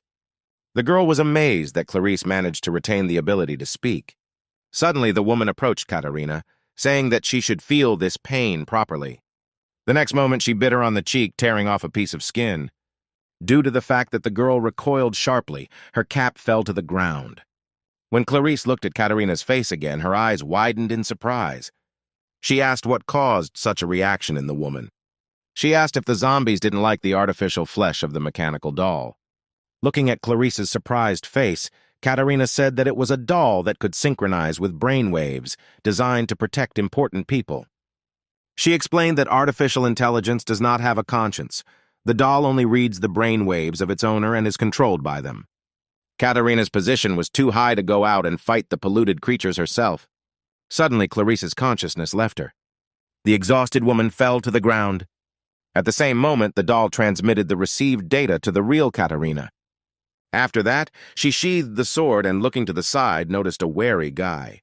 Picking up her cap from the ground, the girl looked at Sam and asked why he didn't attack. Smiling, she said that he knew what futile attempts were. Then she turned around and headed back to the cabin, said that their mission was over, and commanded the military robots to grab Sam and Jane. Following her orders, one of them grabbed the guy who was desperately trying to escape. Another grabbed the unconscious Jane.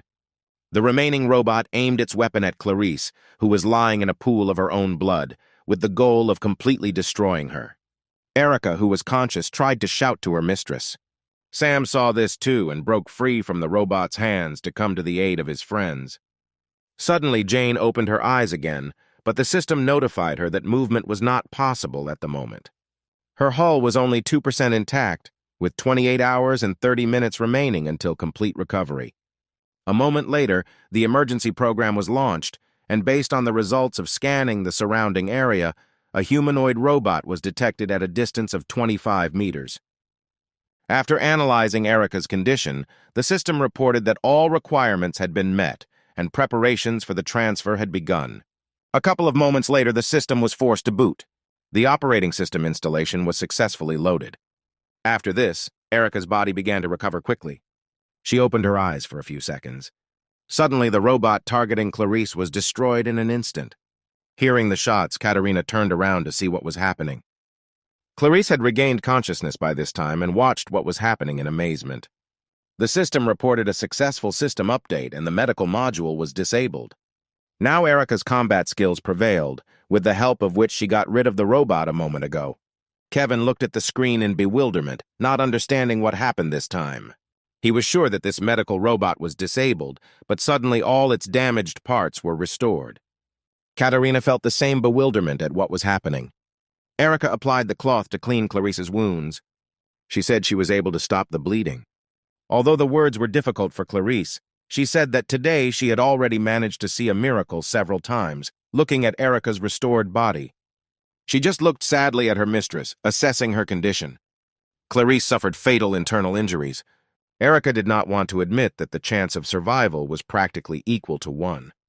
Extending her hand to her, Clarice said that she should leave here as soon as possible. At least she should survive. She put her owner's hand back, saying that she should rest a little. Erica promised that she would take care of everything. After examining the weapon in her hands, Katerina realized that the weapon in Erica's hands was a combat module. The girl had a bad feeling. She commanded the military robot to deal with Erica, but she was already running towards them, preparing for an attack. When she came within their range, the robots opened fire. Suddenly, she jumped up, moving out of the line of fire. Erica then attacked her opponents from the air. The military robots were destroyed in the same instant, falling under her attack. She also got rid of the robot holding Sam. Then she freed Jane by shooting the robot in the arm. Moments later, having destroyed more enemies, Erica landed. Raising her head, she looked around. Kevin didn't understand how an ordinary medical robot got such combat power. He could explain Jane's similar strength because she was a modified model, but this robot was from a mass-produced model, and it certainly couldn't be modified. The man could not find a single logical explanation for the sudden change from medical to combat class. Katerina guessed that Jane was somehow involved in this. Breaking through the military robots, Erica approached Katarina, pointing her weapon at her. She wanted to say something to the approaching robot, but did not have time. The next moment, Erica shot the doll in the head. From such a sharp break in communication with the doll, Katarina felt a little discomfort. Kevin ordered everyone to proceed to launch an aerial bombardment. The data on the cure was already in their hands, and they no longer needed to be careful.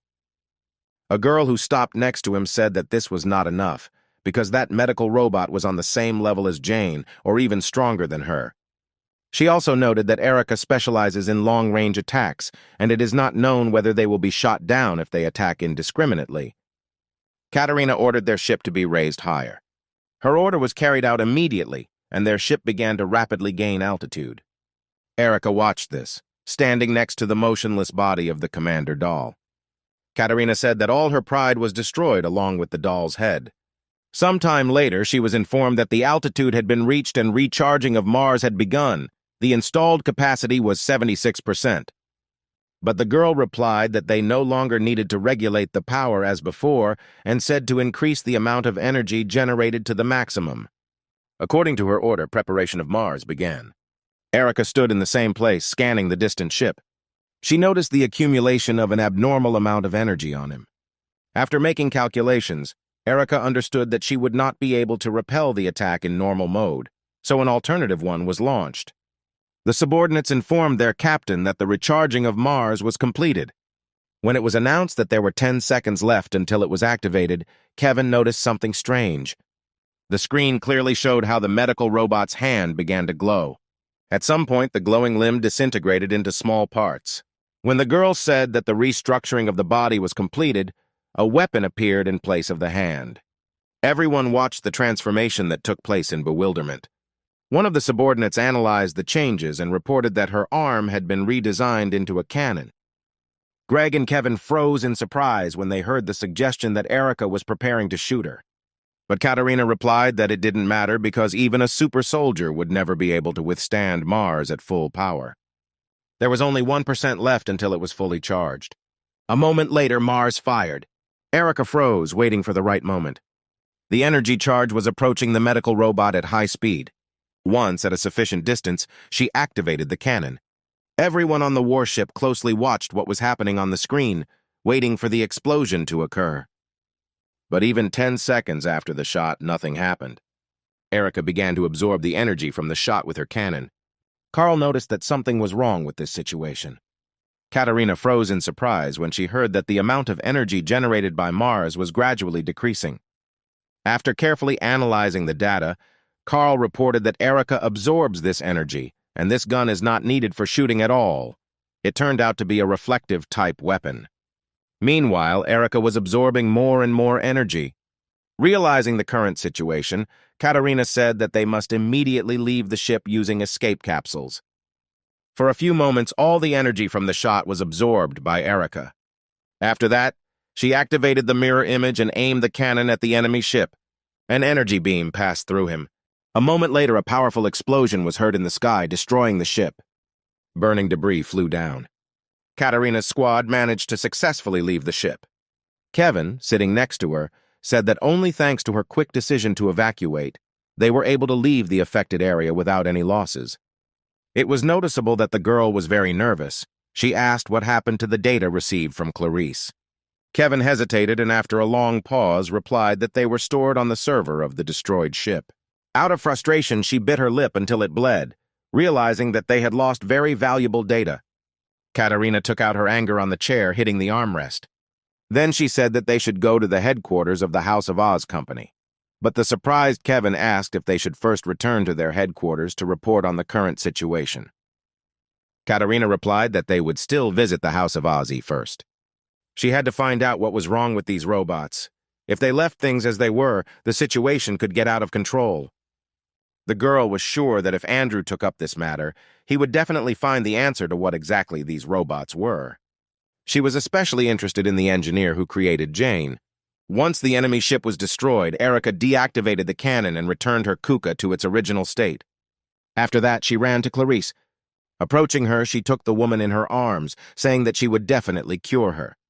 But she extended her hand to her, saying that everything was fine with her.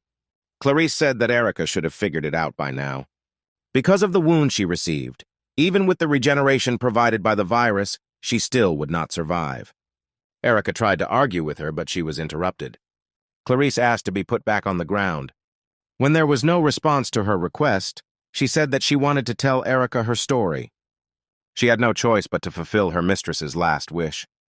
After 26 hours, Jane had recovered and opened her eyes. Looking at the ceiling, she realized that she was in Clarice's house. Remembering the circumstances under which she passed out, she began to worry about Sam. She didn't even have time to get out of bed when a joyful guy hovered over her. He immediately rushed to hug Jane, who had woken up. Patting him on the head, she said that she was fine. Sometime later, they left the house together. Once outside, Jane froze in surprise. She saw the restored Erica with a bouquet of wildflowers in her hands.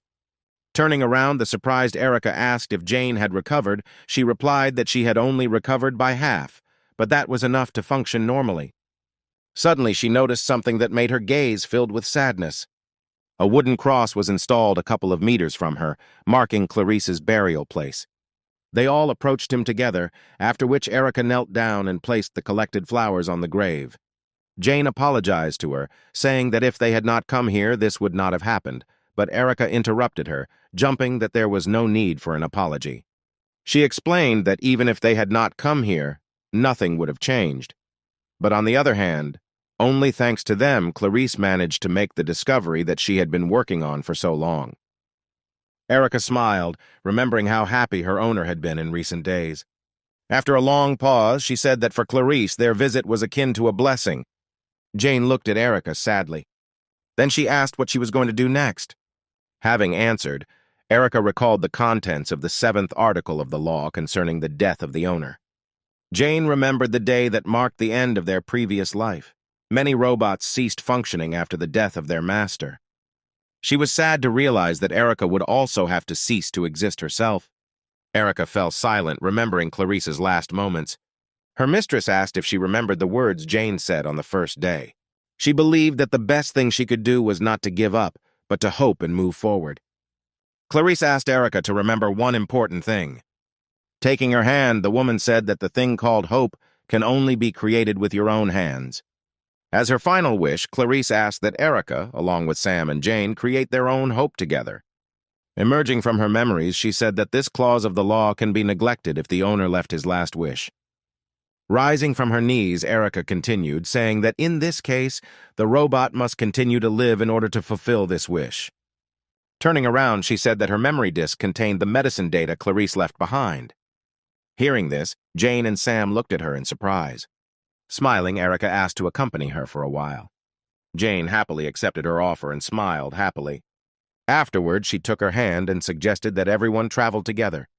That night, Katerina finally reached the main office of the House of Oz. She showed footage of fights with Jane and Erica.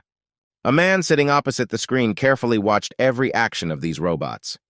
A few minutes later, he gave his verdict, saying it looked like some kind of computer virus. After pressing the remote control, Andrew turned off the TV. Katerina looked at him in surprise and asked what this meant. He replied that in order to finally be convinced of this, he must analyze these robots more carefully. Andrew suggested that a modified version of the operating system installed in the home robot took control of the medical robot system, rewriting it like its own. He said that until the situation stabilizes, there is no way to restore their operating systems, and there is also a chance that Jane had a hidden fragment embedded in her code that would run under certain circumstances. Katerina stopped him, asking what he meant. She thought that no matter how much the operating system is modified, in the end, it is just a normal software problem. When the girl asked if this kind of transformation was possible due to a simple change in the system, Andrew replied that it was possible. Katerina froze in surprise. Trying to understand the situation, she asked how this was possible. Exhaling heavily, the man replied that since she held the position of commander-in-chief, she should know about it. But before he began his explanations, he said that Katerina had no right to divulge to anyone what she would hear in the future. Looking at her seriously, the man explained that this information was personally marked by the president as top secret. Then he began the story, saying that all robots, from domestic and medical to super soldiers, are humanoid and have identical technical characteristics.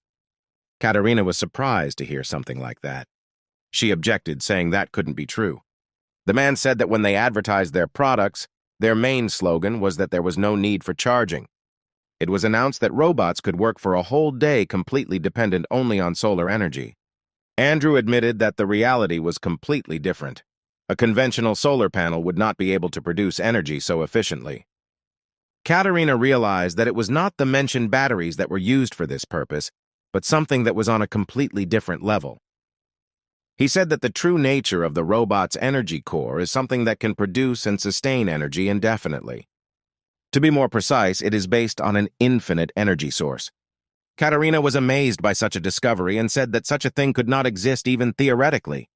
Andrew nodded, saying that this completely ignored the first law of thermodynamics.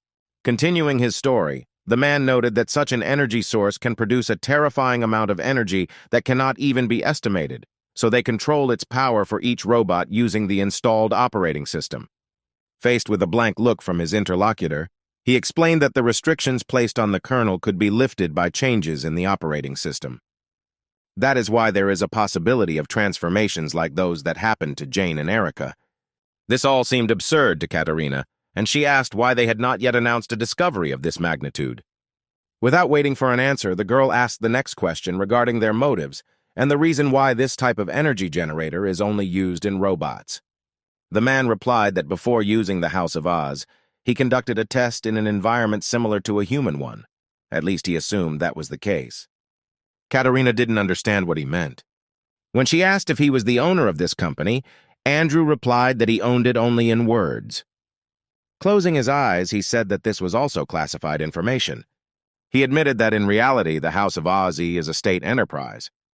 His role was only to manage the company and some other things related to the software, and the government is responsible for the production of robots. The man explained this by saying that for the residents who are tired of the dictatorship of the Third Empire, they are masquerading as a private enterprise because people would not perceive the true state of affairs positively. Therefore, even he does not know exactly when an infinite source of energy was invented, and he also does not know about the method of its creation. Today, the place where most robots are created is Sector Number 1. The largest plant for their production is located there. This is due to one serious problem. Andrew said that an endless source of energy is produced in only one place on the planet. But due to the fact that this sector is directly connected with the president and is controlled by counterintelligence, even him is prohibited from entering there. Katerina was surprised by such a statement. He suggested that the reason for the need for such serious protection is to prevent critical situations. Looking at his interlocutor, the man said that the current situation was exactly like this. Katerina frowned at his words. Andrew continued, saying that if they leave those robots alone now, then in the future they may rebel against humanity, and they do not know whether they will form a squad in which each of them will be equal in strength to a super soldier. Having thought about the current situation, the girl tried to guess what consequences await them from the fact that an infected person is the owner of such a dangerous power. Rising from her seat, she thanked the man for providing her with the information. As she walked toward the exit, she suddenly turned around because she remembered another unasked question. Katerina asked if Andrew knew who the person who developed the operating system for Jane was. The man just looked at her with a hard look. After saying goodbye to him, she returned to the ship where Kevin was waiting for her. She was in thought the whole way back. Kevin could only guess what kind of conversation she had with the head of the House of Oz company. Suddenly, the girl came out of her thoughts and asked him to contact headquarters so that they could prepare the main ship for departure. She said that as soon as they got there, they would go straight to the president's palace. Kevin asked if Katerina was sure that it was worth doing this. She looked at him blankly. Adjusting his glasses, the man recalled that they had recently lost one of the best warships and had also shot from Mars twice without permission. He asked if she was really sure that they should go to the president now, knowing that in a fit of rage, he might even beat them. She said that she would deal with this on her own later and again plunged into her thoughts. If it weren't for the seriousness of the situation, she would really prefer not to meet with the president now, but she needs to get permission to use super soldiers. Meanwhile, Andrew replayed the video that Katerina had given him during their recent meeting. He was most interested in Jane. He couldn't believe that the man he had admired for many years had spent his retirement in an abandoned sector. The man took out a medallion that he always carried with him. Andrew didn't take his piercing eyes off the screen. He was sure that Jane was the last fragment of the project that this man left behind. Closing his eyes, the man thanked this man for such a gift. Thanks to this, he will finally get rid of the feelings of inferiority and disappointment that have haunted him all these years. Andrew set himself the goal of surpassing Louise, who was his teacher, at any cost. At the same time, Erica took Sam and Jane to a car parked not far from the house. She said that the car belonged to Clarice, and all this time they had been driving it into the city, while Jane and her master looked at this vehicle with delight. Turning to Erica, Jane asked where they would go, because they already had all the necessary data, and all they had to do was create a cure. After her words, the honey robot thought about it. Suddenly, Jane remembered that there was a medical facility in Sector M42 and asked Erica if it had survived. But she apologized, saying that she could not analyze this data. Erica explained that these were not restrictions placed on her, but laws set by humans for robots. Medical robots were designed in such a way that they could not do anything better than humans. She suggested that the reason for this was to prevent the loss of specialists, but in reality, everyone understood perfectly well that humanity was still not ready to entrust their lives to a robot. After listening to her, Jane helped Sam climb into the car. Taking a seat next to Erica, she outlined their first task, finding a doctor. Moving away, she replied that before her death, Clarice mentioned someone who could inherit the data. Erica said she saw Martin when he worked as Clarice's assistant for a while. Although this man was a terribly sloppy person who always sat buried in his old book, its owner recognized his abilities. When Jane asked if they would go looking for this man, Erica nodded, answering that it would not be an easy journey. She said that the place where the man works is at the Center for Disease Control and Prevention and is located in Sector EU0. Having analyzed the distance to the final destination, Jane noted that it was very far. Erica said that distance is not their biggest problem, due to the fact that Sam is with them. They will have a lot more problems if they poke their nose into this sector. She explained that this area is a quarantine residential area. Therefore, this is one of the few zones where people live without feeling a threat to their lives. The three of them had been moving non-stop for some time. Jane broke the silence by turning to Erica. She invited her to become friends. Jane said that people who spend a lot of time together and have common goals become friends. Erica responded that she didn't fully understand the concept of friendship. After her words, Jane realized that she had raised a topic that was difficult for other robots to understand and apologized. But to her surprise, Erica replied that although she wasn't sure if they would make good friends, she didn't mind trying. Jane was incredibly happy that she had a new friend. She and Sam clapped their hands together happily. Suddenly, something on the road caught Erica's attention. Ahead, someone put his hand out to the side, hoping that a passing car would stop and the driver would kindly agree to give a ride to a fellow traveler. Jo was incredibly glad to meet someone in such a wilderness who could help her. She jumped and waved her arms from side to side, attracting attention. Taking a closer look, Jane asked if the girl standing in front was a robot. Erica nodded her head, answering that she was also a house robot. She scanned Jo and said it was the latest model, having been released last March. To the girl's surprise, the car drove past her. When Jane asked why they didn't stop, Erica replied that they had too long a journey ahead and they shouldn't help other robots. She also said that the robot seemed suspicious to her, if only because she did not obey the law, according to which robots must wear only prescribed clothing based on their field of activity. Looking back sadly, Jane said that they could at least know her story. Suddenly, something clung to their car from behind. Sam and Jane watched in surprise. Grabbing the other end of the cable, Jo sat on their tail, shouting that in this cruel world, robots should help each other. She shouted all sorts of hurtful things at Erica. When she was called a one-eyed, heartless creature, her patience came to an end. Erica began to throw the car from side to side, hoping that the tail in Jo's face would finally come unstuck. Sometime later, they stopped at a gas station, deciding to listen to Jo's story. Erica asked about who she was and what she did. The girl introduced herself, saying her name was Jo, but after today, they could call her Hitchhiker. After this, Erica continued her questioning, Asking who her owner was and why she was walking around alone, Joe replied that she was looking for her owner everywhere and wanted to ask them for a ride to the industrial zone in Sector F6. Opening the card, Erica apologized and said that they would not be able to fulfill this request. She explained that the sector she needed was in the west, and they were heading east. For this reason, they would not be able to give Joe a ride. Having finished her explanation, Erica led Sam and Jane back to the car, no longer paying any attention to the girl who was left alone. Running up to them, Joe said that the sector they were heading to was under quarantine and asked the reason for such a risky decision, especially with an infected person in addition. But Erica replied that they were not obliged to explain their actions to her. Exhaling heavily, Joe said that they don't need to be so careful because robots don't know how to lie anyway.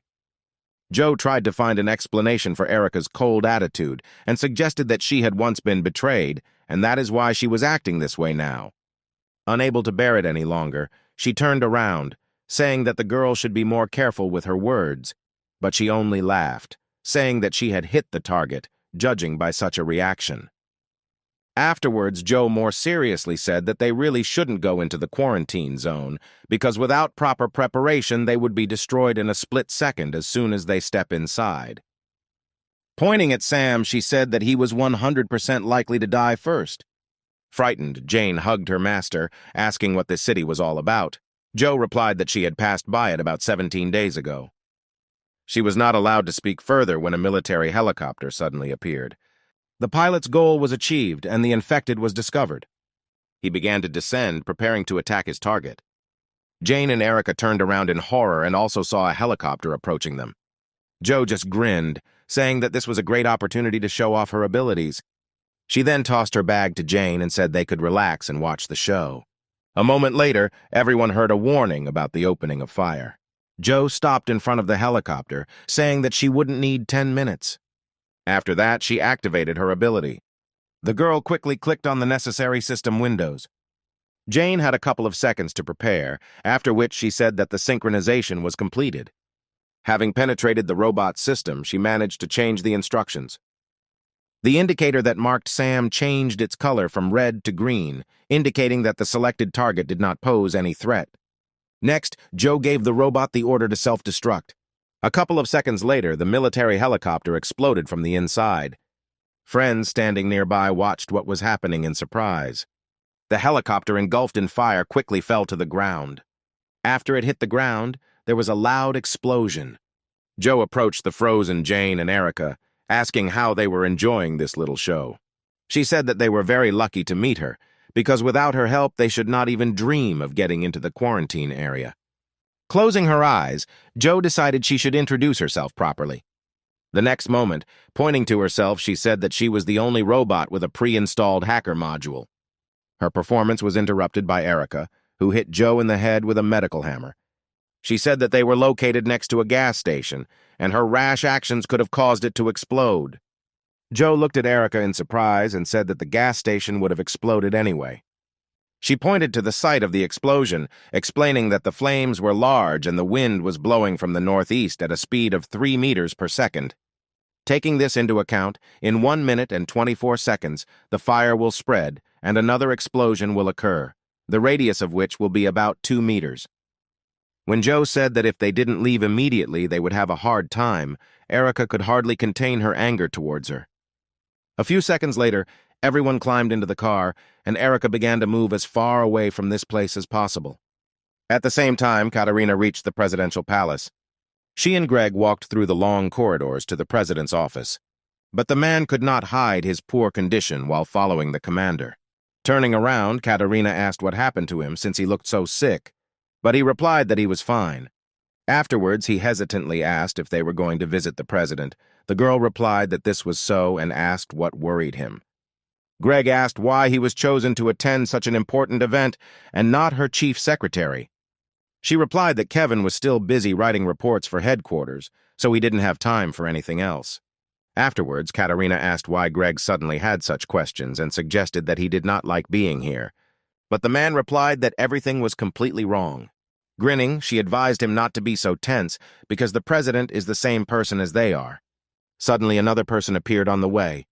The guy, being the chief security officer of the president, immediately recognized Katerina and, saluting her, greeted her in a befitting manner. Greg would be surprised to see a young boy here and assume that he is a new recruit. But after examining his uniform, he noticed 2 stars sewn on. After that, he followed Siegfried's example and also saluted him, which earned Katerina a displeased look. The next moment, she slapped him on the head. The girl asked if he knew the basics of relations between subordinates and superiors. Katerina said that as long as he was with her, he did not need to salute. Rubbing the bruise, Greg apologized, saying that he was very nervous. Afterwards, the girl approached Siegfried, who was blocking their path, and asked him to move away. He bowed low, apologizing for his rudeness. Stepping aside, the guy asked permission to examine Katerina, because by order of the president, carrying weapons inside was strictly prohibited. After his words, without further ado, she took off her weapon and threw it to Siegfried, who deftly caught her sword and pistol. She said that this was all she had with her and forbade her to even touch herself with a finger. The girl also expressed her assumption that he did not need to conduct a thorough check to make sure that she still had hidden weapons. The guy only nodded, confirming her thought. Greg then followed suit and gave Siegfried his weapon. While catching up with Katerina, he was thinking about why things were so bad between her and that guy. Suddenly, she said that if Greg suddenly met Siegfried alone, then he should not salute him. She said that their honor was at stake. Katerina explained that this guy is not a person, but a personal item of the president. Greg was surprised to hear that he was the only robot to be given the honor of becoming an officer. She said that Siegfried's true nature is the most destructive weapon, the strongest that has ever been created in the history of mankind. He was a super soldier. Turning around, Greg could not believe that he had a chance to see the most legendary robot, about which there were many rumors. Approaching the director's office, Katerina knocked on the massive door, announcing her arrival. The man inside the office gave permission to enter. Meanwhile, Jane's company, with a new member, was moving to Sector F6. Jane tried to find out as much information as possible about the quarantine zone, but Joe constantly evaded the answer. She justified this by saying that once they got the information they needed, Erica would immediately throw her out of the car.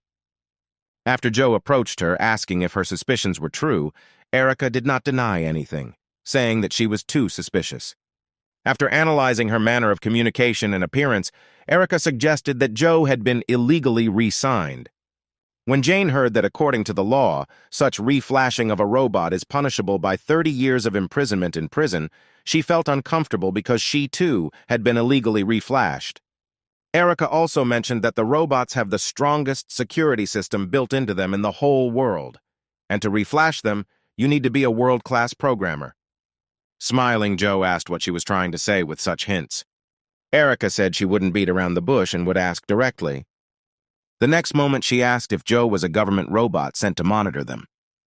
But she just smiled, leaving this question unanswered. Jane intervened in their conversation, saying that Joe could not be a spy.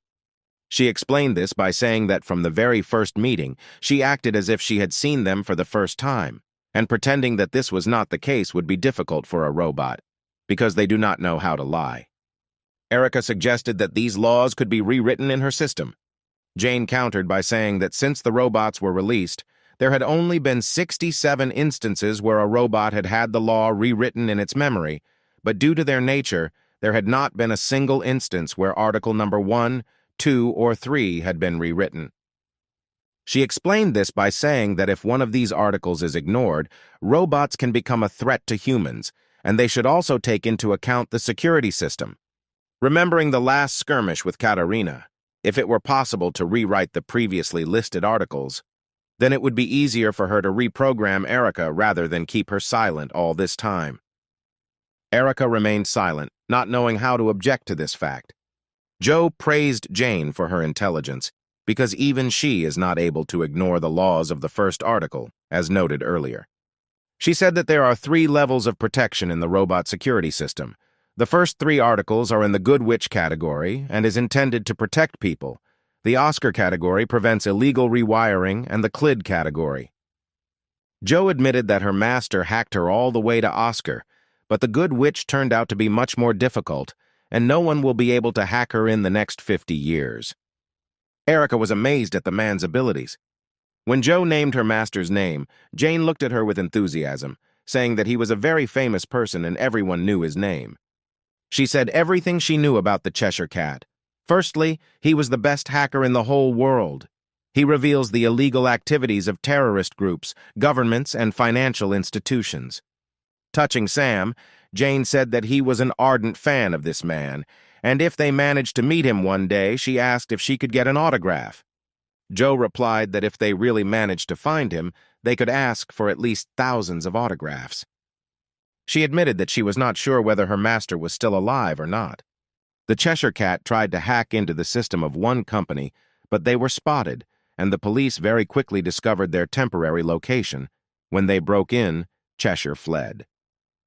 Therefore, all this time she was just looking for a way to kill time, doing what she wanted to do with the owner while they were together. After listening to her, Jane asked what exactly she wanted to do. Smiling, Joe replied that she had always dreamed of breaking into the presidential palace.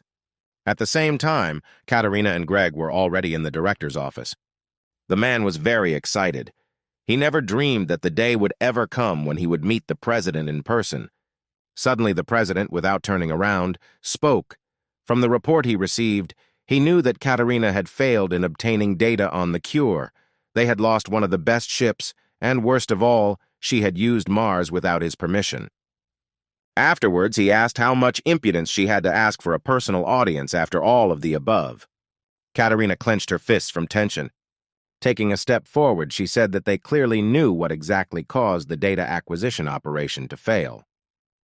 When she said that due to a lack of information about the true nature of the robot's energy source, she was unable to cope with the situation, the man smirked. Having accepted this answer, he asked how Katerina would explain using Mars without permission. The girl explained that this was a situation in which they could not assume what exactly the infected Clarice could do with the data, which is why she acted as she saw fit to obtain the data and eliminate the threat. Turning around, the president clarified whether this was her order. He wondered since when did she consider herself his equal, since she believed that she had enough power to use dangerous weapons on her own. Katerina replied that she only did what she considered necessary in that situation. She explained this by saying that the commander-in-chief must be flexible and take any action during the war, leading people along with him. The man looked at her with a frown after listening to her answer. The next moment, he asked her to come closer to him. Katerina complied with the request and took a few more steps forward. A few seconds later, she stopped in front of Bishop. For a couple of moments, he stood still, saying nothing.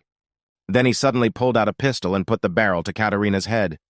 Seeing this scene, Greg began to seriously worry about his commander.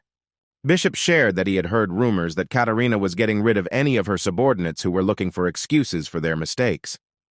After which he said that now she is becoming like them, trying to evade responsibility under various pretexts. The girl replied that she would accept any punishment for her actions. Katerina said that she received her uniform 23 years ago, and until now they have never tried to evade responsibility for their actions. Afterwards, she explained that the real reason for today's meeting was not an excuse, hearing which he would have ignored not only the fact that the operation was a failure, but also the careless analysis of the data of other employees. She is here to accurately report the seriousness of the situation and its solution. Speaking about solving the problem that had arisen, Katerina mentioned a legion of super soldiers, which obeys only the president. The commander asked Bishop to transfer to her part of the rights to command this detachment. The man replied that she was too self-confident. He suggested that by believing that she had achieved her title through her own efforts, Katerina considered herself an outstanding person. Afterwards, the man released the safety, saying that the situation was actually completely different. It was he who gave her her current status and power. After checking her out once again, Bishop said that there were many people who could replace her. After these words, he pulled the trigger and the sound of a shot was heard. When Jane and Erica heard about Joe's plans, they called her crazy. Erica said that no matter how brilliant the Cheshire Cat might be, doing something like that is too reckless. Joe explained that it was all because of the evidence found with her master. They suspect that the president may have artificially caused a virus that turns into zombies. At the same time, Greg looked at the president in horror. There was barely noticeable smoke coming from the man's gun from the shot. Katerina still stood in front of Bishop with a scratched cheek and a bleeding ear grazed by a bullet. The man was surprised that the girl didn't even flinch when he fired. Lowering the gun, he said that if she had tried to dodge the bullet, she could have lost her life, and then asked why she was sure that he had not intended to kill her in the first place. Katerina replied that there was nothing surprising in her action. She only took responsibility for her words that she would accept any punishment. Sighing, Bishop walked over to his desk, saying that for her contributions to combat command over the years, he would turn a blind eye to her mistakes this time. Turning to him, Katerina reminded him that she had never heard an answer to her request. She again asked if he would allow her to take part of the command rights of a squad of super soldiers. Bishop looked at her threateningly, telling her not to forget her place. Sometime later, he and Greg left his office. Having caught up with his commander, the man asked if she was okay, but the girl replied that the military should not worry about a minor scratch. She was annoyed that even after putting her life in danger as a sign of her devotion, her request was rejected. Turning around, Katerina looked at the bag her companion was carrying. Exhaling heavily, she decided that even this would be enough for her today. The commander hoped that the item she received from Bishop would benefit her in the future.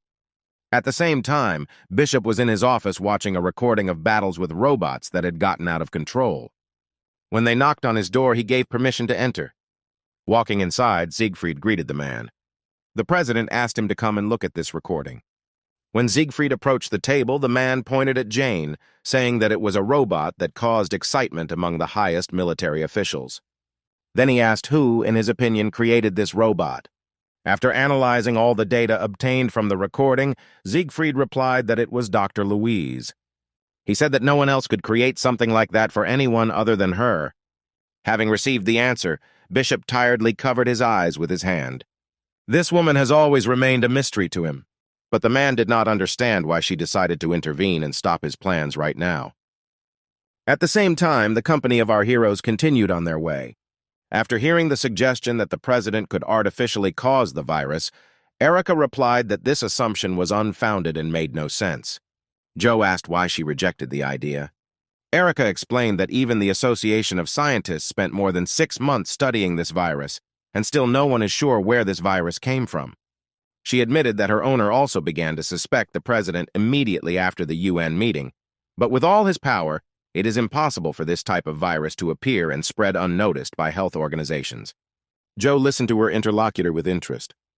But when she fell silent, she laughed and said that it was too stupid. Yet Joe was delighted that Erica's owner was Dr. Clarice, who had no equal in the field of medicine. Erica frowned when Joe said that the more professional a person was, the more likely it was that they would not be able to see the beam in their own eye, and their imagination would be too limited. To everyone's surprise, she suggested that it might be possible to cause an epidemic without the need to create a virus. Excited, Jane asked how this was possible. Pointing forward, Joe replied that they were heading to Sector F6 to confirm or refute this hypothesis. Bishop handed Siegfried his cap, telling him to find this pet robot. The man gave him orders to find out how Louise's legacy could affect his plan. Having accepted this order, Siegfried threw on his cloak. After that, he headed towards the balcony, saying that he would return having successfully completed his mission. Coming out onto the balcony, Siegfried stopped. He looked up, starting synchronization with the satellite. It only took him a couple of seconds to establish the connection. After that, he could access any data. After analyzing the area around Louise's house, he discovered a damaged military robot 80 meters to the southeast. Knowing the initial data, it was not difficult for him to calculate the current location of his target. Having finished the analysis, he jumped to a higher point. Looking around, Siegfried tried to determine the direction he needed. A moment later, he established that his target was moving at a speed of 70 kilometers per hour towards Sector F6, along the highway 14 kilometers away. Having outlined his route, he was ready to set off to capture his target. As Siegfried jumped into the air, blue light streamed from the holes in his cloak. A moment later, a pair of wings appeared behind him. After that, he rushed towards his target's location with lightning speed. Siegfried covered a long distance in short moments, and so he found himself a couple of kilometers from the route he needed. Unaware of the threat looming over them, Erica said that they would be there in just 10 minutes. Suddenly, she felt someone approaching. Jane also felt something very dangerous approaching them. Erica turned around, warning the others of the danger. Looking at the sky, Jane reported that someone was approaching them at very high speed. After analyzing the data, she determined that such energy could only belong to a robot. With every second, he became closer and closer to them. A moment later, he landed a couple of meters from the car, blocking their path. Once the large amount of energy they released was reduced, they were able to make out a human silhouette through the column of dust. Siegfried slowly rose from his knees. Joe was filled with horror when she realized that there was a super soldier in front of them. Having taken a few steps forward, he stopped, saying that he was very pleased to meet those present. Jane watched his every move warily. Bowing, Siegfried announced that he had contacted the presidential palace and was a military robot holding the position of head of the Security Council. When he raised his head again, his body was surrounded by many small electrical discharges. Siegfried said that Jane should have already guessed the reasons for his appearance here. She really guessed for what purpose the super soldier was sent to them. The next moment, she jumped out of the car under the surprised looks of her friends. Despite their cries of protest, she landed a few steps away from Siegfried. She then activated her weapon station, preparing to attack. Joe completely stopped understanding what was happening here. She recorded how the generated power of the energy core increased 3.5 times. Suddenly, Jane said that she would fight him herself. Siegfried did not move, studying the enemy. She asked Erica to take everyone as far away from here as possible. But she objected that she could also fight with her. Jane more insistently asked her to do as she said. Erica looked uncertainly at Sam sitting behind her. Then she turned back and nodded. She stepped on the pedal and changed gear. A moment later, the car turned around and sped off in the opposite direction. Siegfried said that sending his friends away was a wise decision. After that, he said that his goal was only her. If innocent people were here, they would unwittingly also be involved in this. I got into a fighting position and asked him only for one thing. Despite what would happen here, she asked not to drag the others into their personal squabbles. Siegfried looked at her incessantly. Meanwhile, Joe demanded an explanation from Erica about what they had done that caused a super soldier to come after them. But Erica asked her to shut up because she was trying to calculate all possible outcomes and could not answer her. Excited Sam looked into the distance, worried about Jane. Suddenly, the sounds of battle reached them. The sound wave emanating from their blows even reached them. Joe couldn't even imagine how powerful their attacks must be. Meanwhile, Jane fought a fierce battle with Siegfried.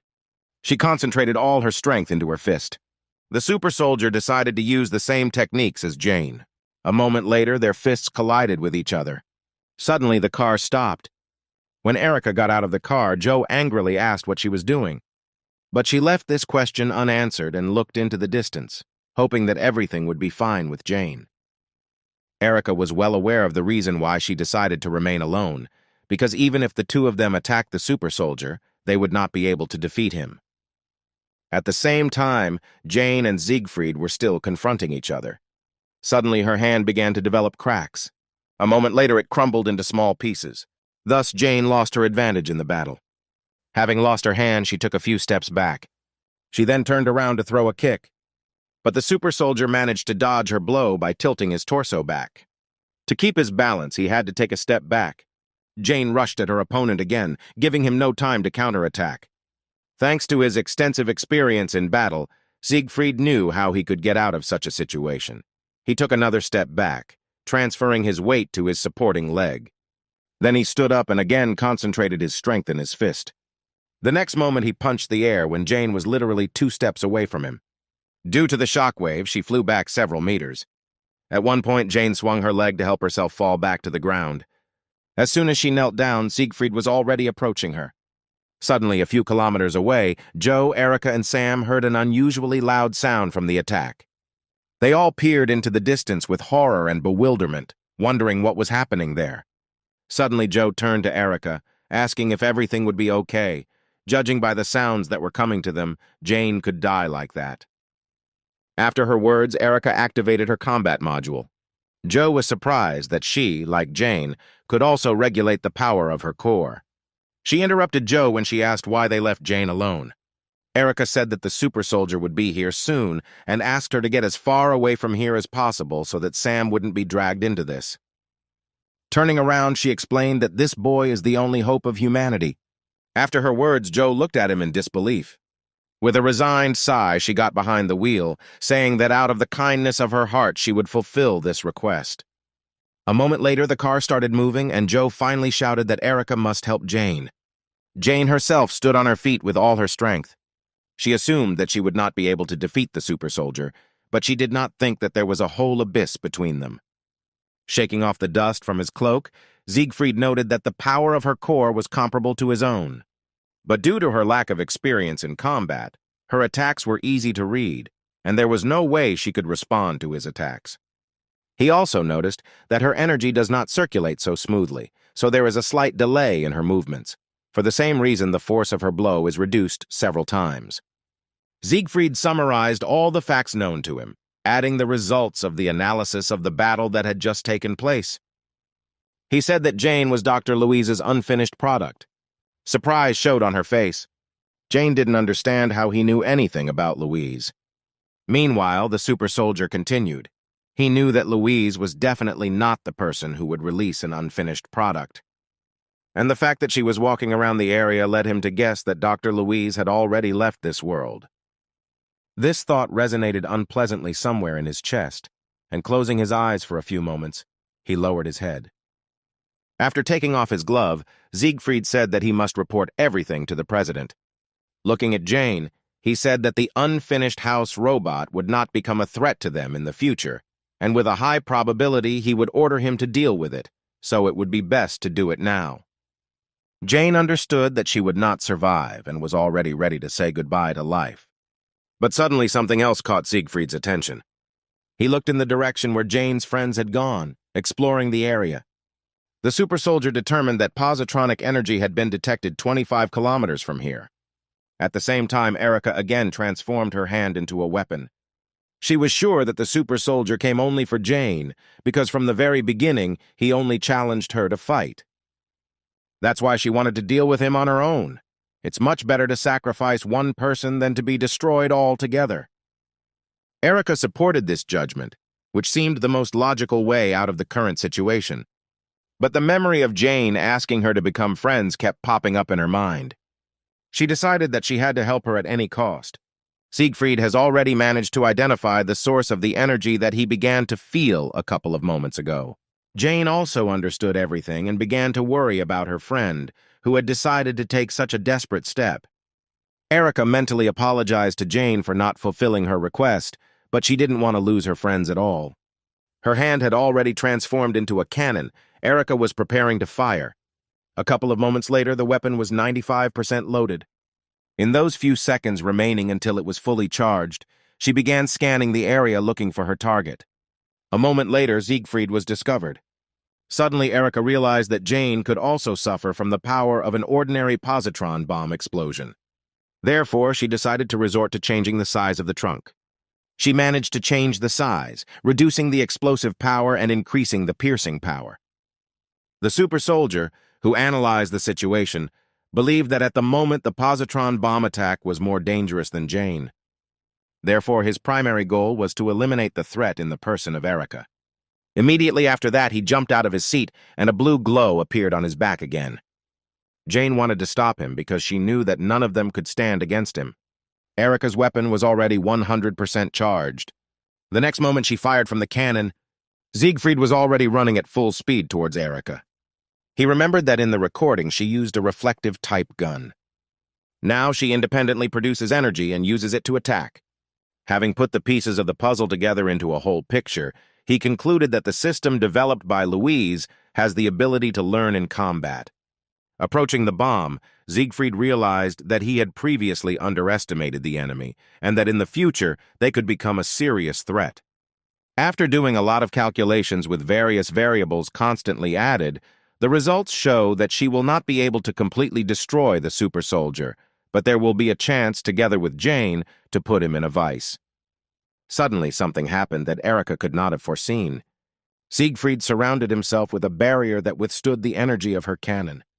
With every second, he became closer and closer to her, and not even a small crack appeared on the barrier. When he caught up with Erica, Siegfried removed his barrier and dug his fingers into the cannon. She realized she had miscalculated when the fingers of his other hand closed around her neck. A moment later, Siegfried tore the cannon from her torso, breaking it in half. Jane ran to her friend's aid.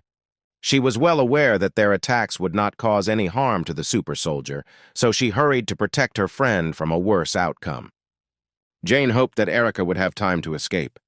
Reaching where she thought Erica would be, Jane slowed down. But the next moment she froze in place at what she saw. Siegfried lifted Erica high off the ground, holding her neck with one hand. Noticing Jane's presence, she looked in her direction and told her to run. At the same moment, the super soldier squeezed his fingers and Erica's head was separated from her torso. Jane watched this scene with wide eyes. She did not immediately realize what had just happened. With the primary source of the threat incapacitated, Siegfried threw the robot's torso to the ground. Looking at her, he said that he did not understand at all the reason for such a stupid act. It was obvious even to him that Erica knew that they could not defeat him, but still sacrificed herself for a reason unknown to him. Despite the fact that Jane was a robot, at that moment she was overwhelmed with emotions.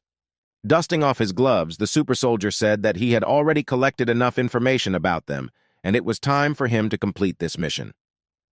Then he turned in her direction. However, she rushed past him so quickly that he did not even have time to react. Jane managed to deprive him of his left arm in just a split second. He looked in surprise at the place where his hand had been a moment ago. He was amazed that Jane was able to exceed her maximum speed in the blink of an eye. Having examined it more carefully, Siegfried noticed how the power of its core was increased several times more. Rising slowly, Jane asked him to refrain from suggesting that Erica was stupid. She said that if it were her, she would have done the same. Turning around, Jane threw his hand aside. During this time, Siegfried managed to conduct a thorough analysis of the data. He determined that the reason for the increase in the power of her core was anger. Siegfried could not understand the reason why Louise needed to create such a terrifying creature. Suddenly, Jane approached him and hit him in the chest area with all her might. Meanwhile, Joe and Sam grew further and further apart. Joe didn't understand at all how she got involved in this whole situation. She just wanted to go for a ride. In just a couple of hours, she managed to encounter several things that she did not understand. She was tormented by the question of why Jane and Erica could control the power of their cores. If they were reflashed, then this would require an Oscar-level security hack, which raised another question that haunted her.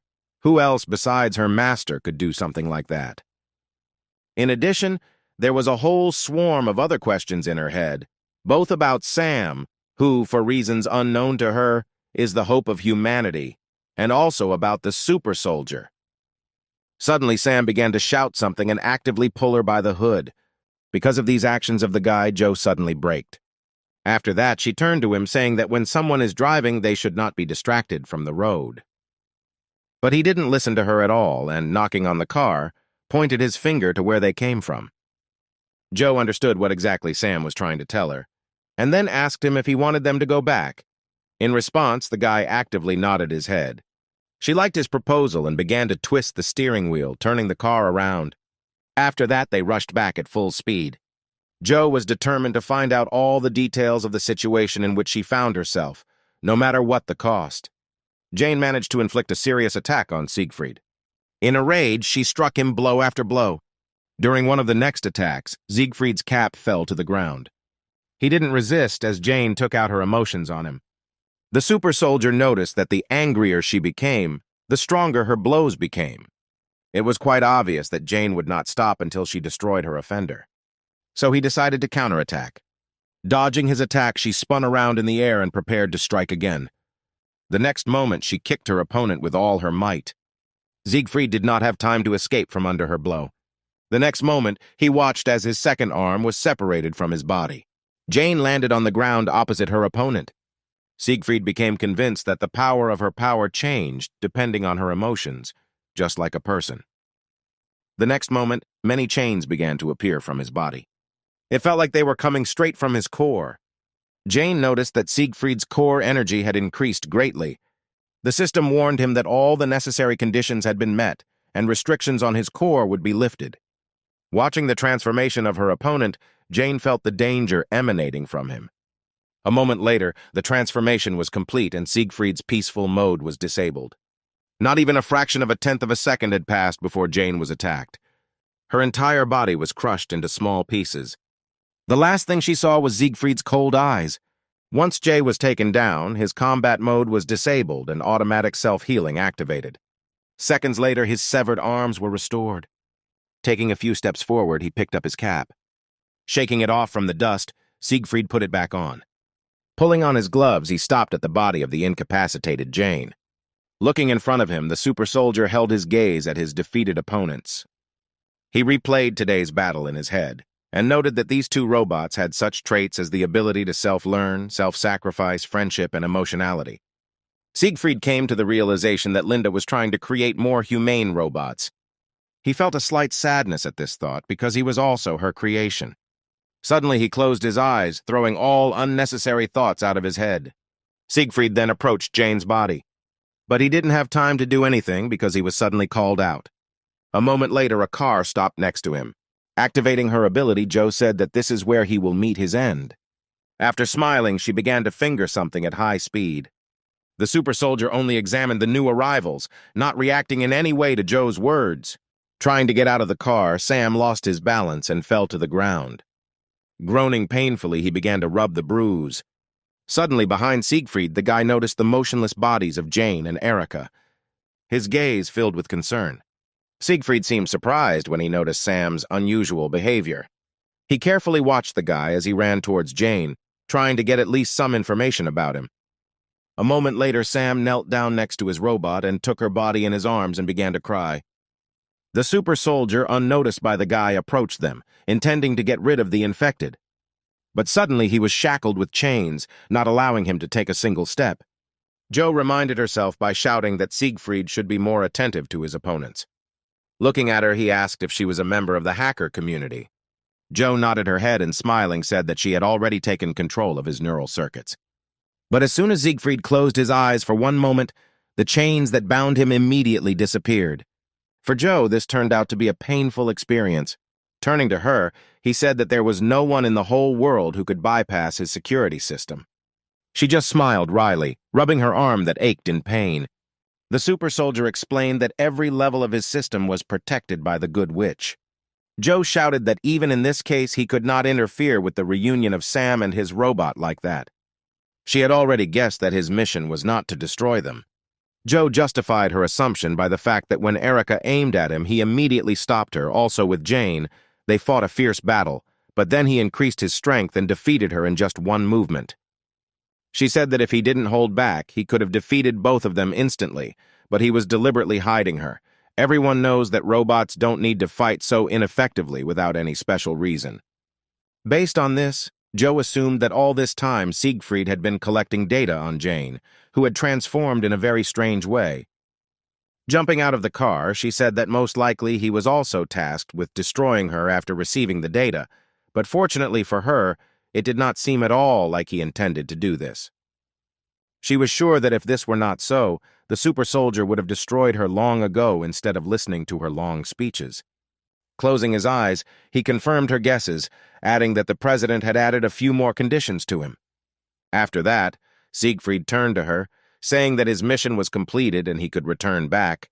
Jane took out salt and showered it on the super soldier standing in front of her, telling him to leave this place as soon as possible. When Siegfried said that even if he let them go today, Joe should not relax, she looked at him with incomprehension. He explained that when he fights robots, an electromagnetic pulse is automatically emitted during his attacks. Looking at Jane, Siegfried said that although he did not attack her core directly, his electromagnetic blasts themselves caused a sufficient amount of damage. Joe's eyes widened in horror when she heard that he himself was not sure whether the core could be restored after something like this. Turning around, Siegfried said that since Jane and Erica were incapacitated, their further fate was not his concern. He explained this by saying that Louise's unfinished project ended only there. Then wings appeared from his cloak again. Sam hugged Jane tighter and looked at the super soldier angrily. Siegfried noticed the gaze directed at him and turned his attention to the boy. Looking closer, he noticed that he looked familiar. The super soldier remembered that Louise had a locket with a photo of a boy who looked like Sam. Afterwards, he lost interest in the guy.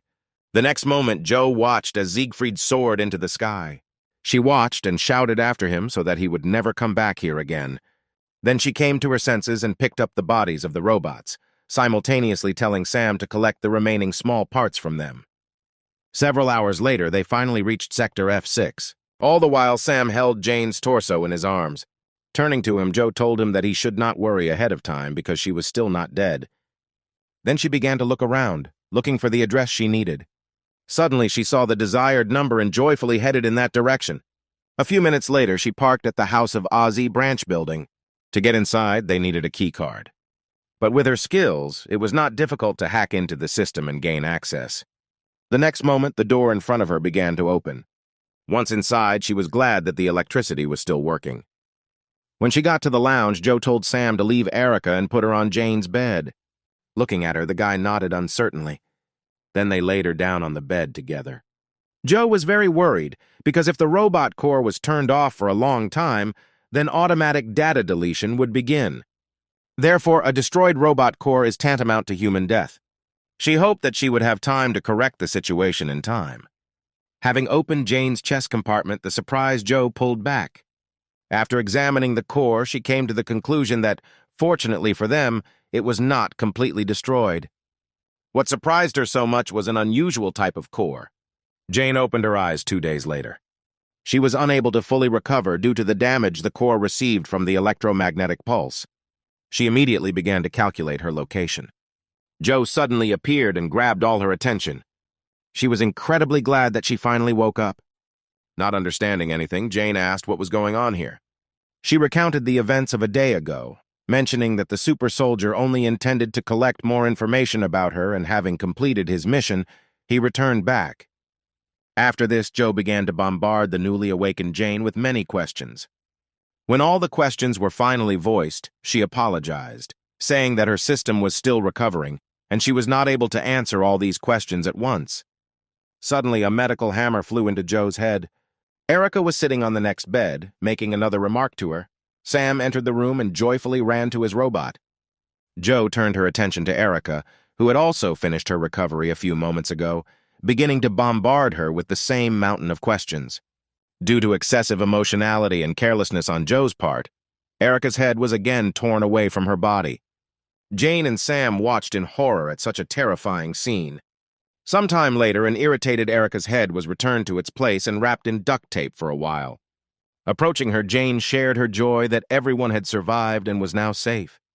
Erica replied that although they got out alive this time, they might not be so lucky next time. She said that besides Siegfried, there are several other super soldiers, and even if they attack them all together, then in the current state, they cannot even defeat one such soldier. The worst thing, in her opinion, was that they could find them at any time thanks to communication with the satellite. After her words, Jane remembered how they fought with Siegfried. And sadly lowering her head, she said that Erica was absolutely right. Suddenly, Joe grabbed the hem of her dress. She asked when they would finally decide to answer her questions. Jane smiled, saying that she would definitely tell her everything, but there were too many questions, and it would be too ineffective to answer them one at a time. She decided that it would be better if she simply conveyed her memories to Joe and sat down next to her. Asking if she was satisfied with this option, she was told that anything would do as long as she could satisfy her curiosity. But Jane warned that her operating system had not yet fully recovered, and she would only be able to transfer data in 20 minutes. Erica interjected, asking if there was information that Joe should share in turn. She recalled that while on the road, they raised the question that the president could be the one who caused the epidemic. She already had an assumption that all these days, while they were recovering, Joe was not sitting idle, but was looking for evidence of this theory. Smiling, she nodded, telling everyone to follow her. And a few minutes later, they were walking down the long corridor of the research center, following Joe. Suddenly, something behind the glass caught Sam's attention. He stopped and tried to say something, looking into the adjacent room through the glass. Jane noticed this and also stopped. Approaching the glass, she realized what exactly caused such a reaction from her master and called Erica. She approached in the same way and froze, looking through the glass in bewilderment. In the adjacent room, there were several dozen models of military robots. Joe explained that this place used to be a laboratory for one of the branches of the House of Ozzy, usually where the latest and improved research products were produced. Turning to her companions, she said that robots were also created here. Looking at all this, Jane asked why there were so many robots left here. Smiling, Joe replied that they should have already figured everything out on their own. She began to explain that in 1941, the world was united under the military might of the Third Empire, but during the revolution, the dictator was executed and the Third Empire collapsed. After this, a world coalition government was created to prevent the re-establishment of dictatorship. But at the same time, rebels appeared who demanded independence. They organized wars with UN forces, then more than 1,000 government soldiers were killed. After the destruction of one of the largest sectors, in order to prevent as many military deaths as possible, a project to create military robots was launched, and 2 years later it was presented to society. Joe said that the main reason robots exist is to fight in wars instead of humans. She then asked if they had ever heard of robots being involved in battles before the virus. Jane replied that even checking records from 12 years ago, nothing of the kind had happened, Joe confirmed, saying that the robots created were just failures that never saw action in battle, according to official documents. She explained that military-style robots have outdated bodies that consume fuel, unlike modern robots that get power from the energy they generate. But due to the presence of artificial intelligence, using them in a real battle would be too stupid because one of the main laws prohibits robots from attacking people. Also, their neural network protection is too weak and can be easily hacked, making such a robot completely useless. But for some unknown reason, the president created more than 5 million copies of such a useless model. Erica suggested that in the process of troubleshooting their malfunctions, a catastrophe with a virus could have occurred and their production was stopped. Joe replied that this option was possible. She then shared the results of her research, during which she scanned more than 300 robots she encountered on her way here. She learned that the production date showed that production had been completed for quite some time, but she could not find a system update log or anything else. Joe assumed it was because all these military robots for the president weren't a failure at all. Then she asked a tricky question. To fight against whom were military robots created that cannot even fight against humans? When Jane wanted to express her guess, Joe interrupted her, saying that so far it had been a pretty reasonable story. Approaching the door, she asked if they were ready to see the moment in which this story intersects with reality. The door to the room that contained all the answers opened terribly slowly, causing tension from waiting for so long. When the door finally opened, Joe pointed to an old computer in the middle of the room that had been used by researchers 12 years ago. That evening at the presidential palace, Siegfried gave the president a recording of his fight with Jane. Bishop was currently looking at the part where Siegfried suggested that this robot was one of Louise's unfinished works. The man peered carefully at the image. When he heard that Louise had already left this world, he closed his eyes, frowning. At this point, Bishop turned off the video. Turning around in his chair, Siegfried said that he had another report. He reported that Jane's team was currently spotted in the old branch of the House of Ozzy in Sector F6. The super soldier clarified that this was a laboratory where secret military robots were being developed, and if they are not careful, the truth about the virus could be revealed. Bishop replied that he didn't care because the Venus project had already started anyway. Even if the truth was revealed, it wouldn't affect his plan in any way. After that, he said that the robot could be free. Left alone with himself, the man took out one of his favorite cigarettes.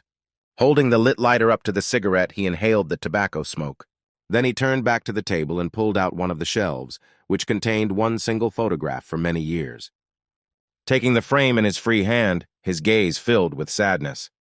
The man hoped with all his heart that there was no afterlife. After all, if heaven did exist, he was sure that in this case he and Louise would meet at the very bottom of hell. At the same time, Joyful Joe said that this is where they will find out the answers to all their questions. Then she ran into the room and tenderly hugged the computer that stored valuable information for them. Approaching him, Erica could not believe that this computer, storing such important data, was just abandoned here.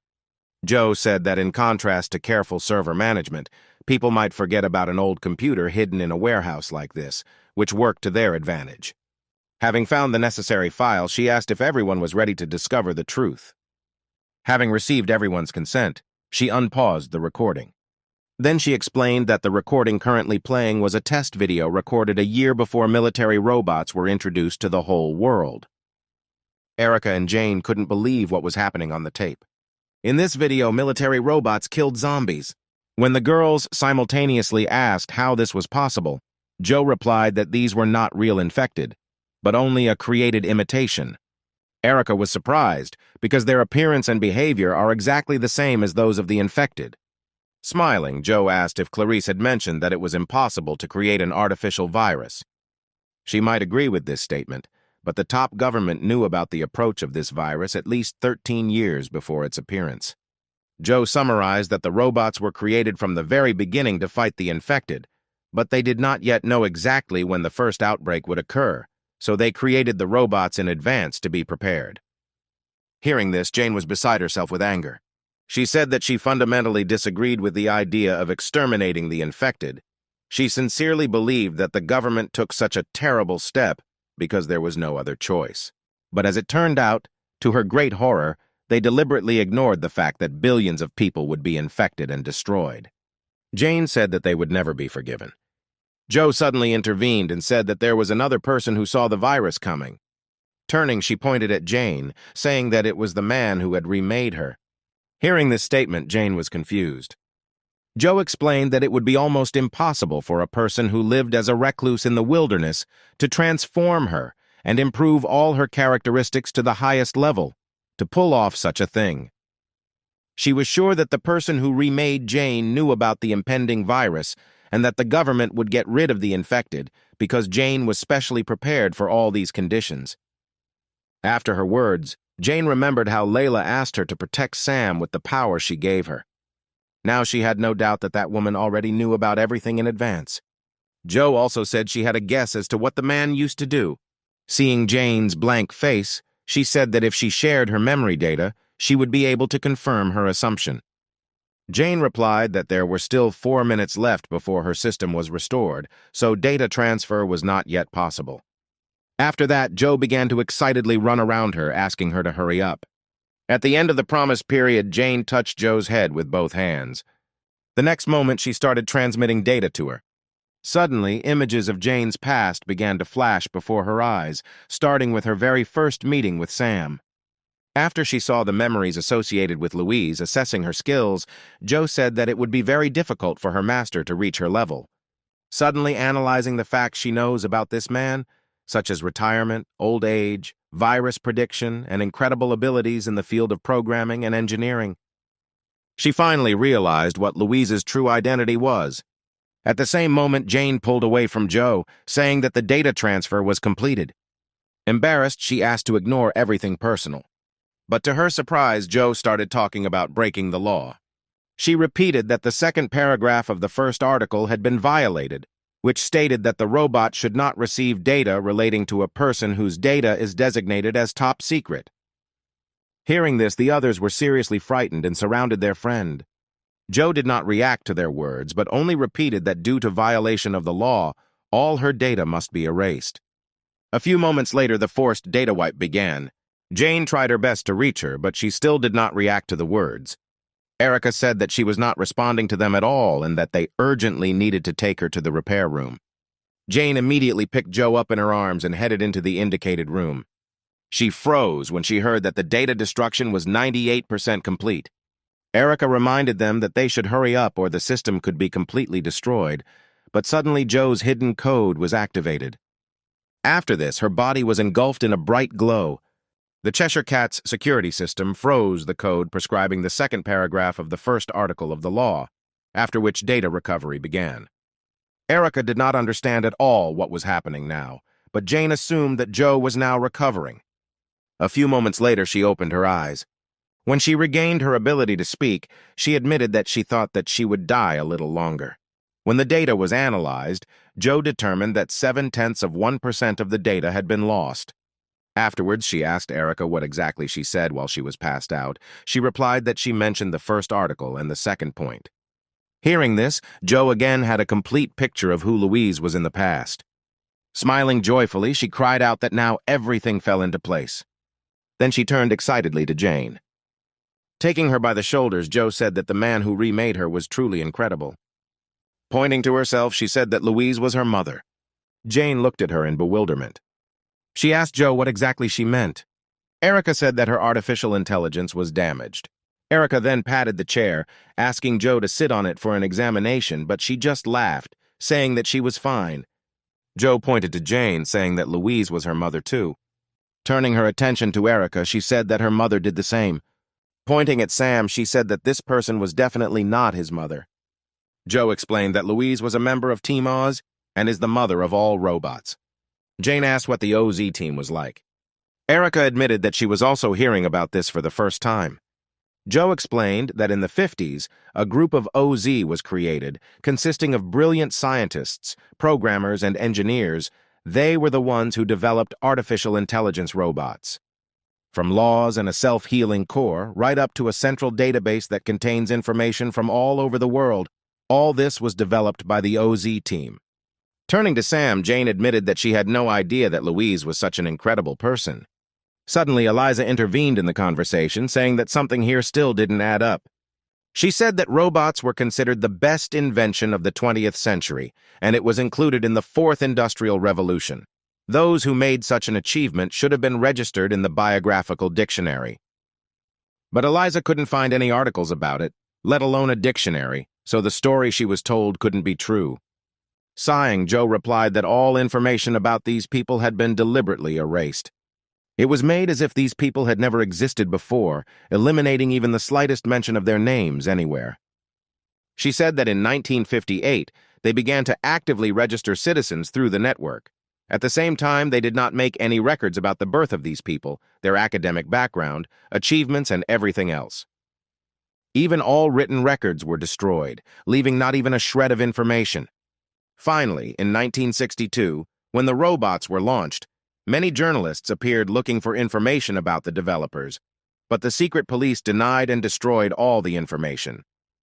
That is why a hidden rule was created, not announced by the government. Jane asked why these people were treated so unfairly, but Joe threw up her hands, saying that she did not know. But she said that thanks to Jane, they had a clue. Joe said at least one of the group members knew about the virus in advance. Suddenly, Erica had another question. She already realized that since the information was so well classified, and no one knew anything about the existence of these people, Erica wondered how Joe knew so much about all this. She replied that her owner was the child of one of the OZ team members. That is why the main goal of the Cheshire Cat was to find out why the information about the existence of her parents was so unfairly erased, and while searching for information, she came across various facts. Turning to Jane, Joe said that she was a custom model that her master had been looking for a very long time. She admitted that she thought that their paths would quickly diverge, but now Joe is sure that she will remain by her side until she reveals all the secrets. Jane, smiling, replied that she would be all for it. Afterwards, Joe patted Sam on the head, saying that they would not part with him anytime soon. Among their group, only Erica was unhappy about the fact that she would continue to have to endure Joe's terrible character. The next morning, it was decided to go to the Zero Sector. Joe and Sam were full of enthusiasm to continue their journey. Jane was glad that she had a new friend in Joe. She hoped that the place they would go to would help her find out more information about Louise. That same evening, the Cheshire Cat finally reached the place where Louise lived. Approaching the house, she noticed a grave, which she hurried to approach. After reading the name engraved on the tree, Cheshire took the pendant that hung on the grave cross. Taking a closer look, the girl realized that she had already seen the same pendant on her father. The next moment, she opened the pendant. Seeing its contents, Cheshire finally realized why her father never let her touch his pendant. Inside was a photo of Sam,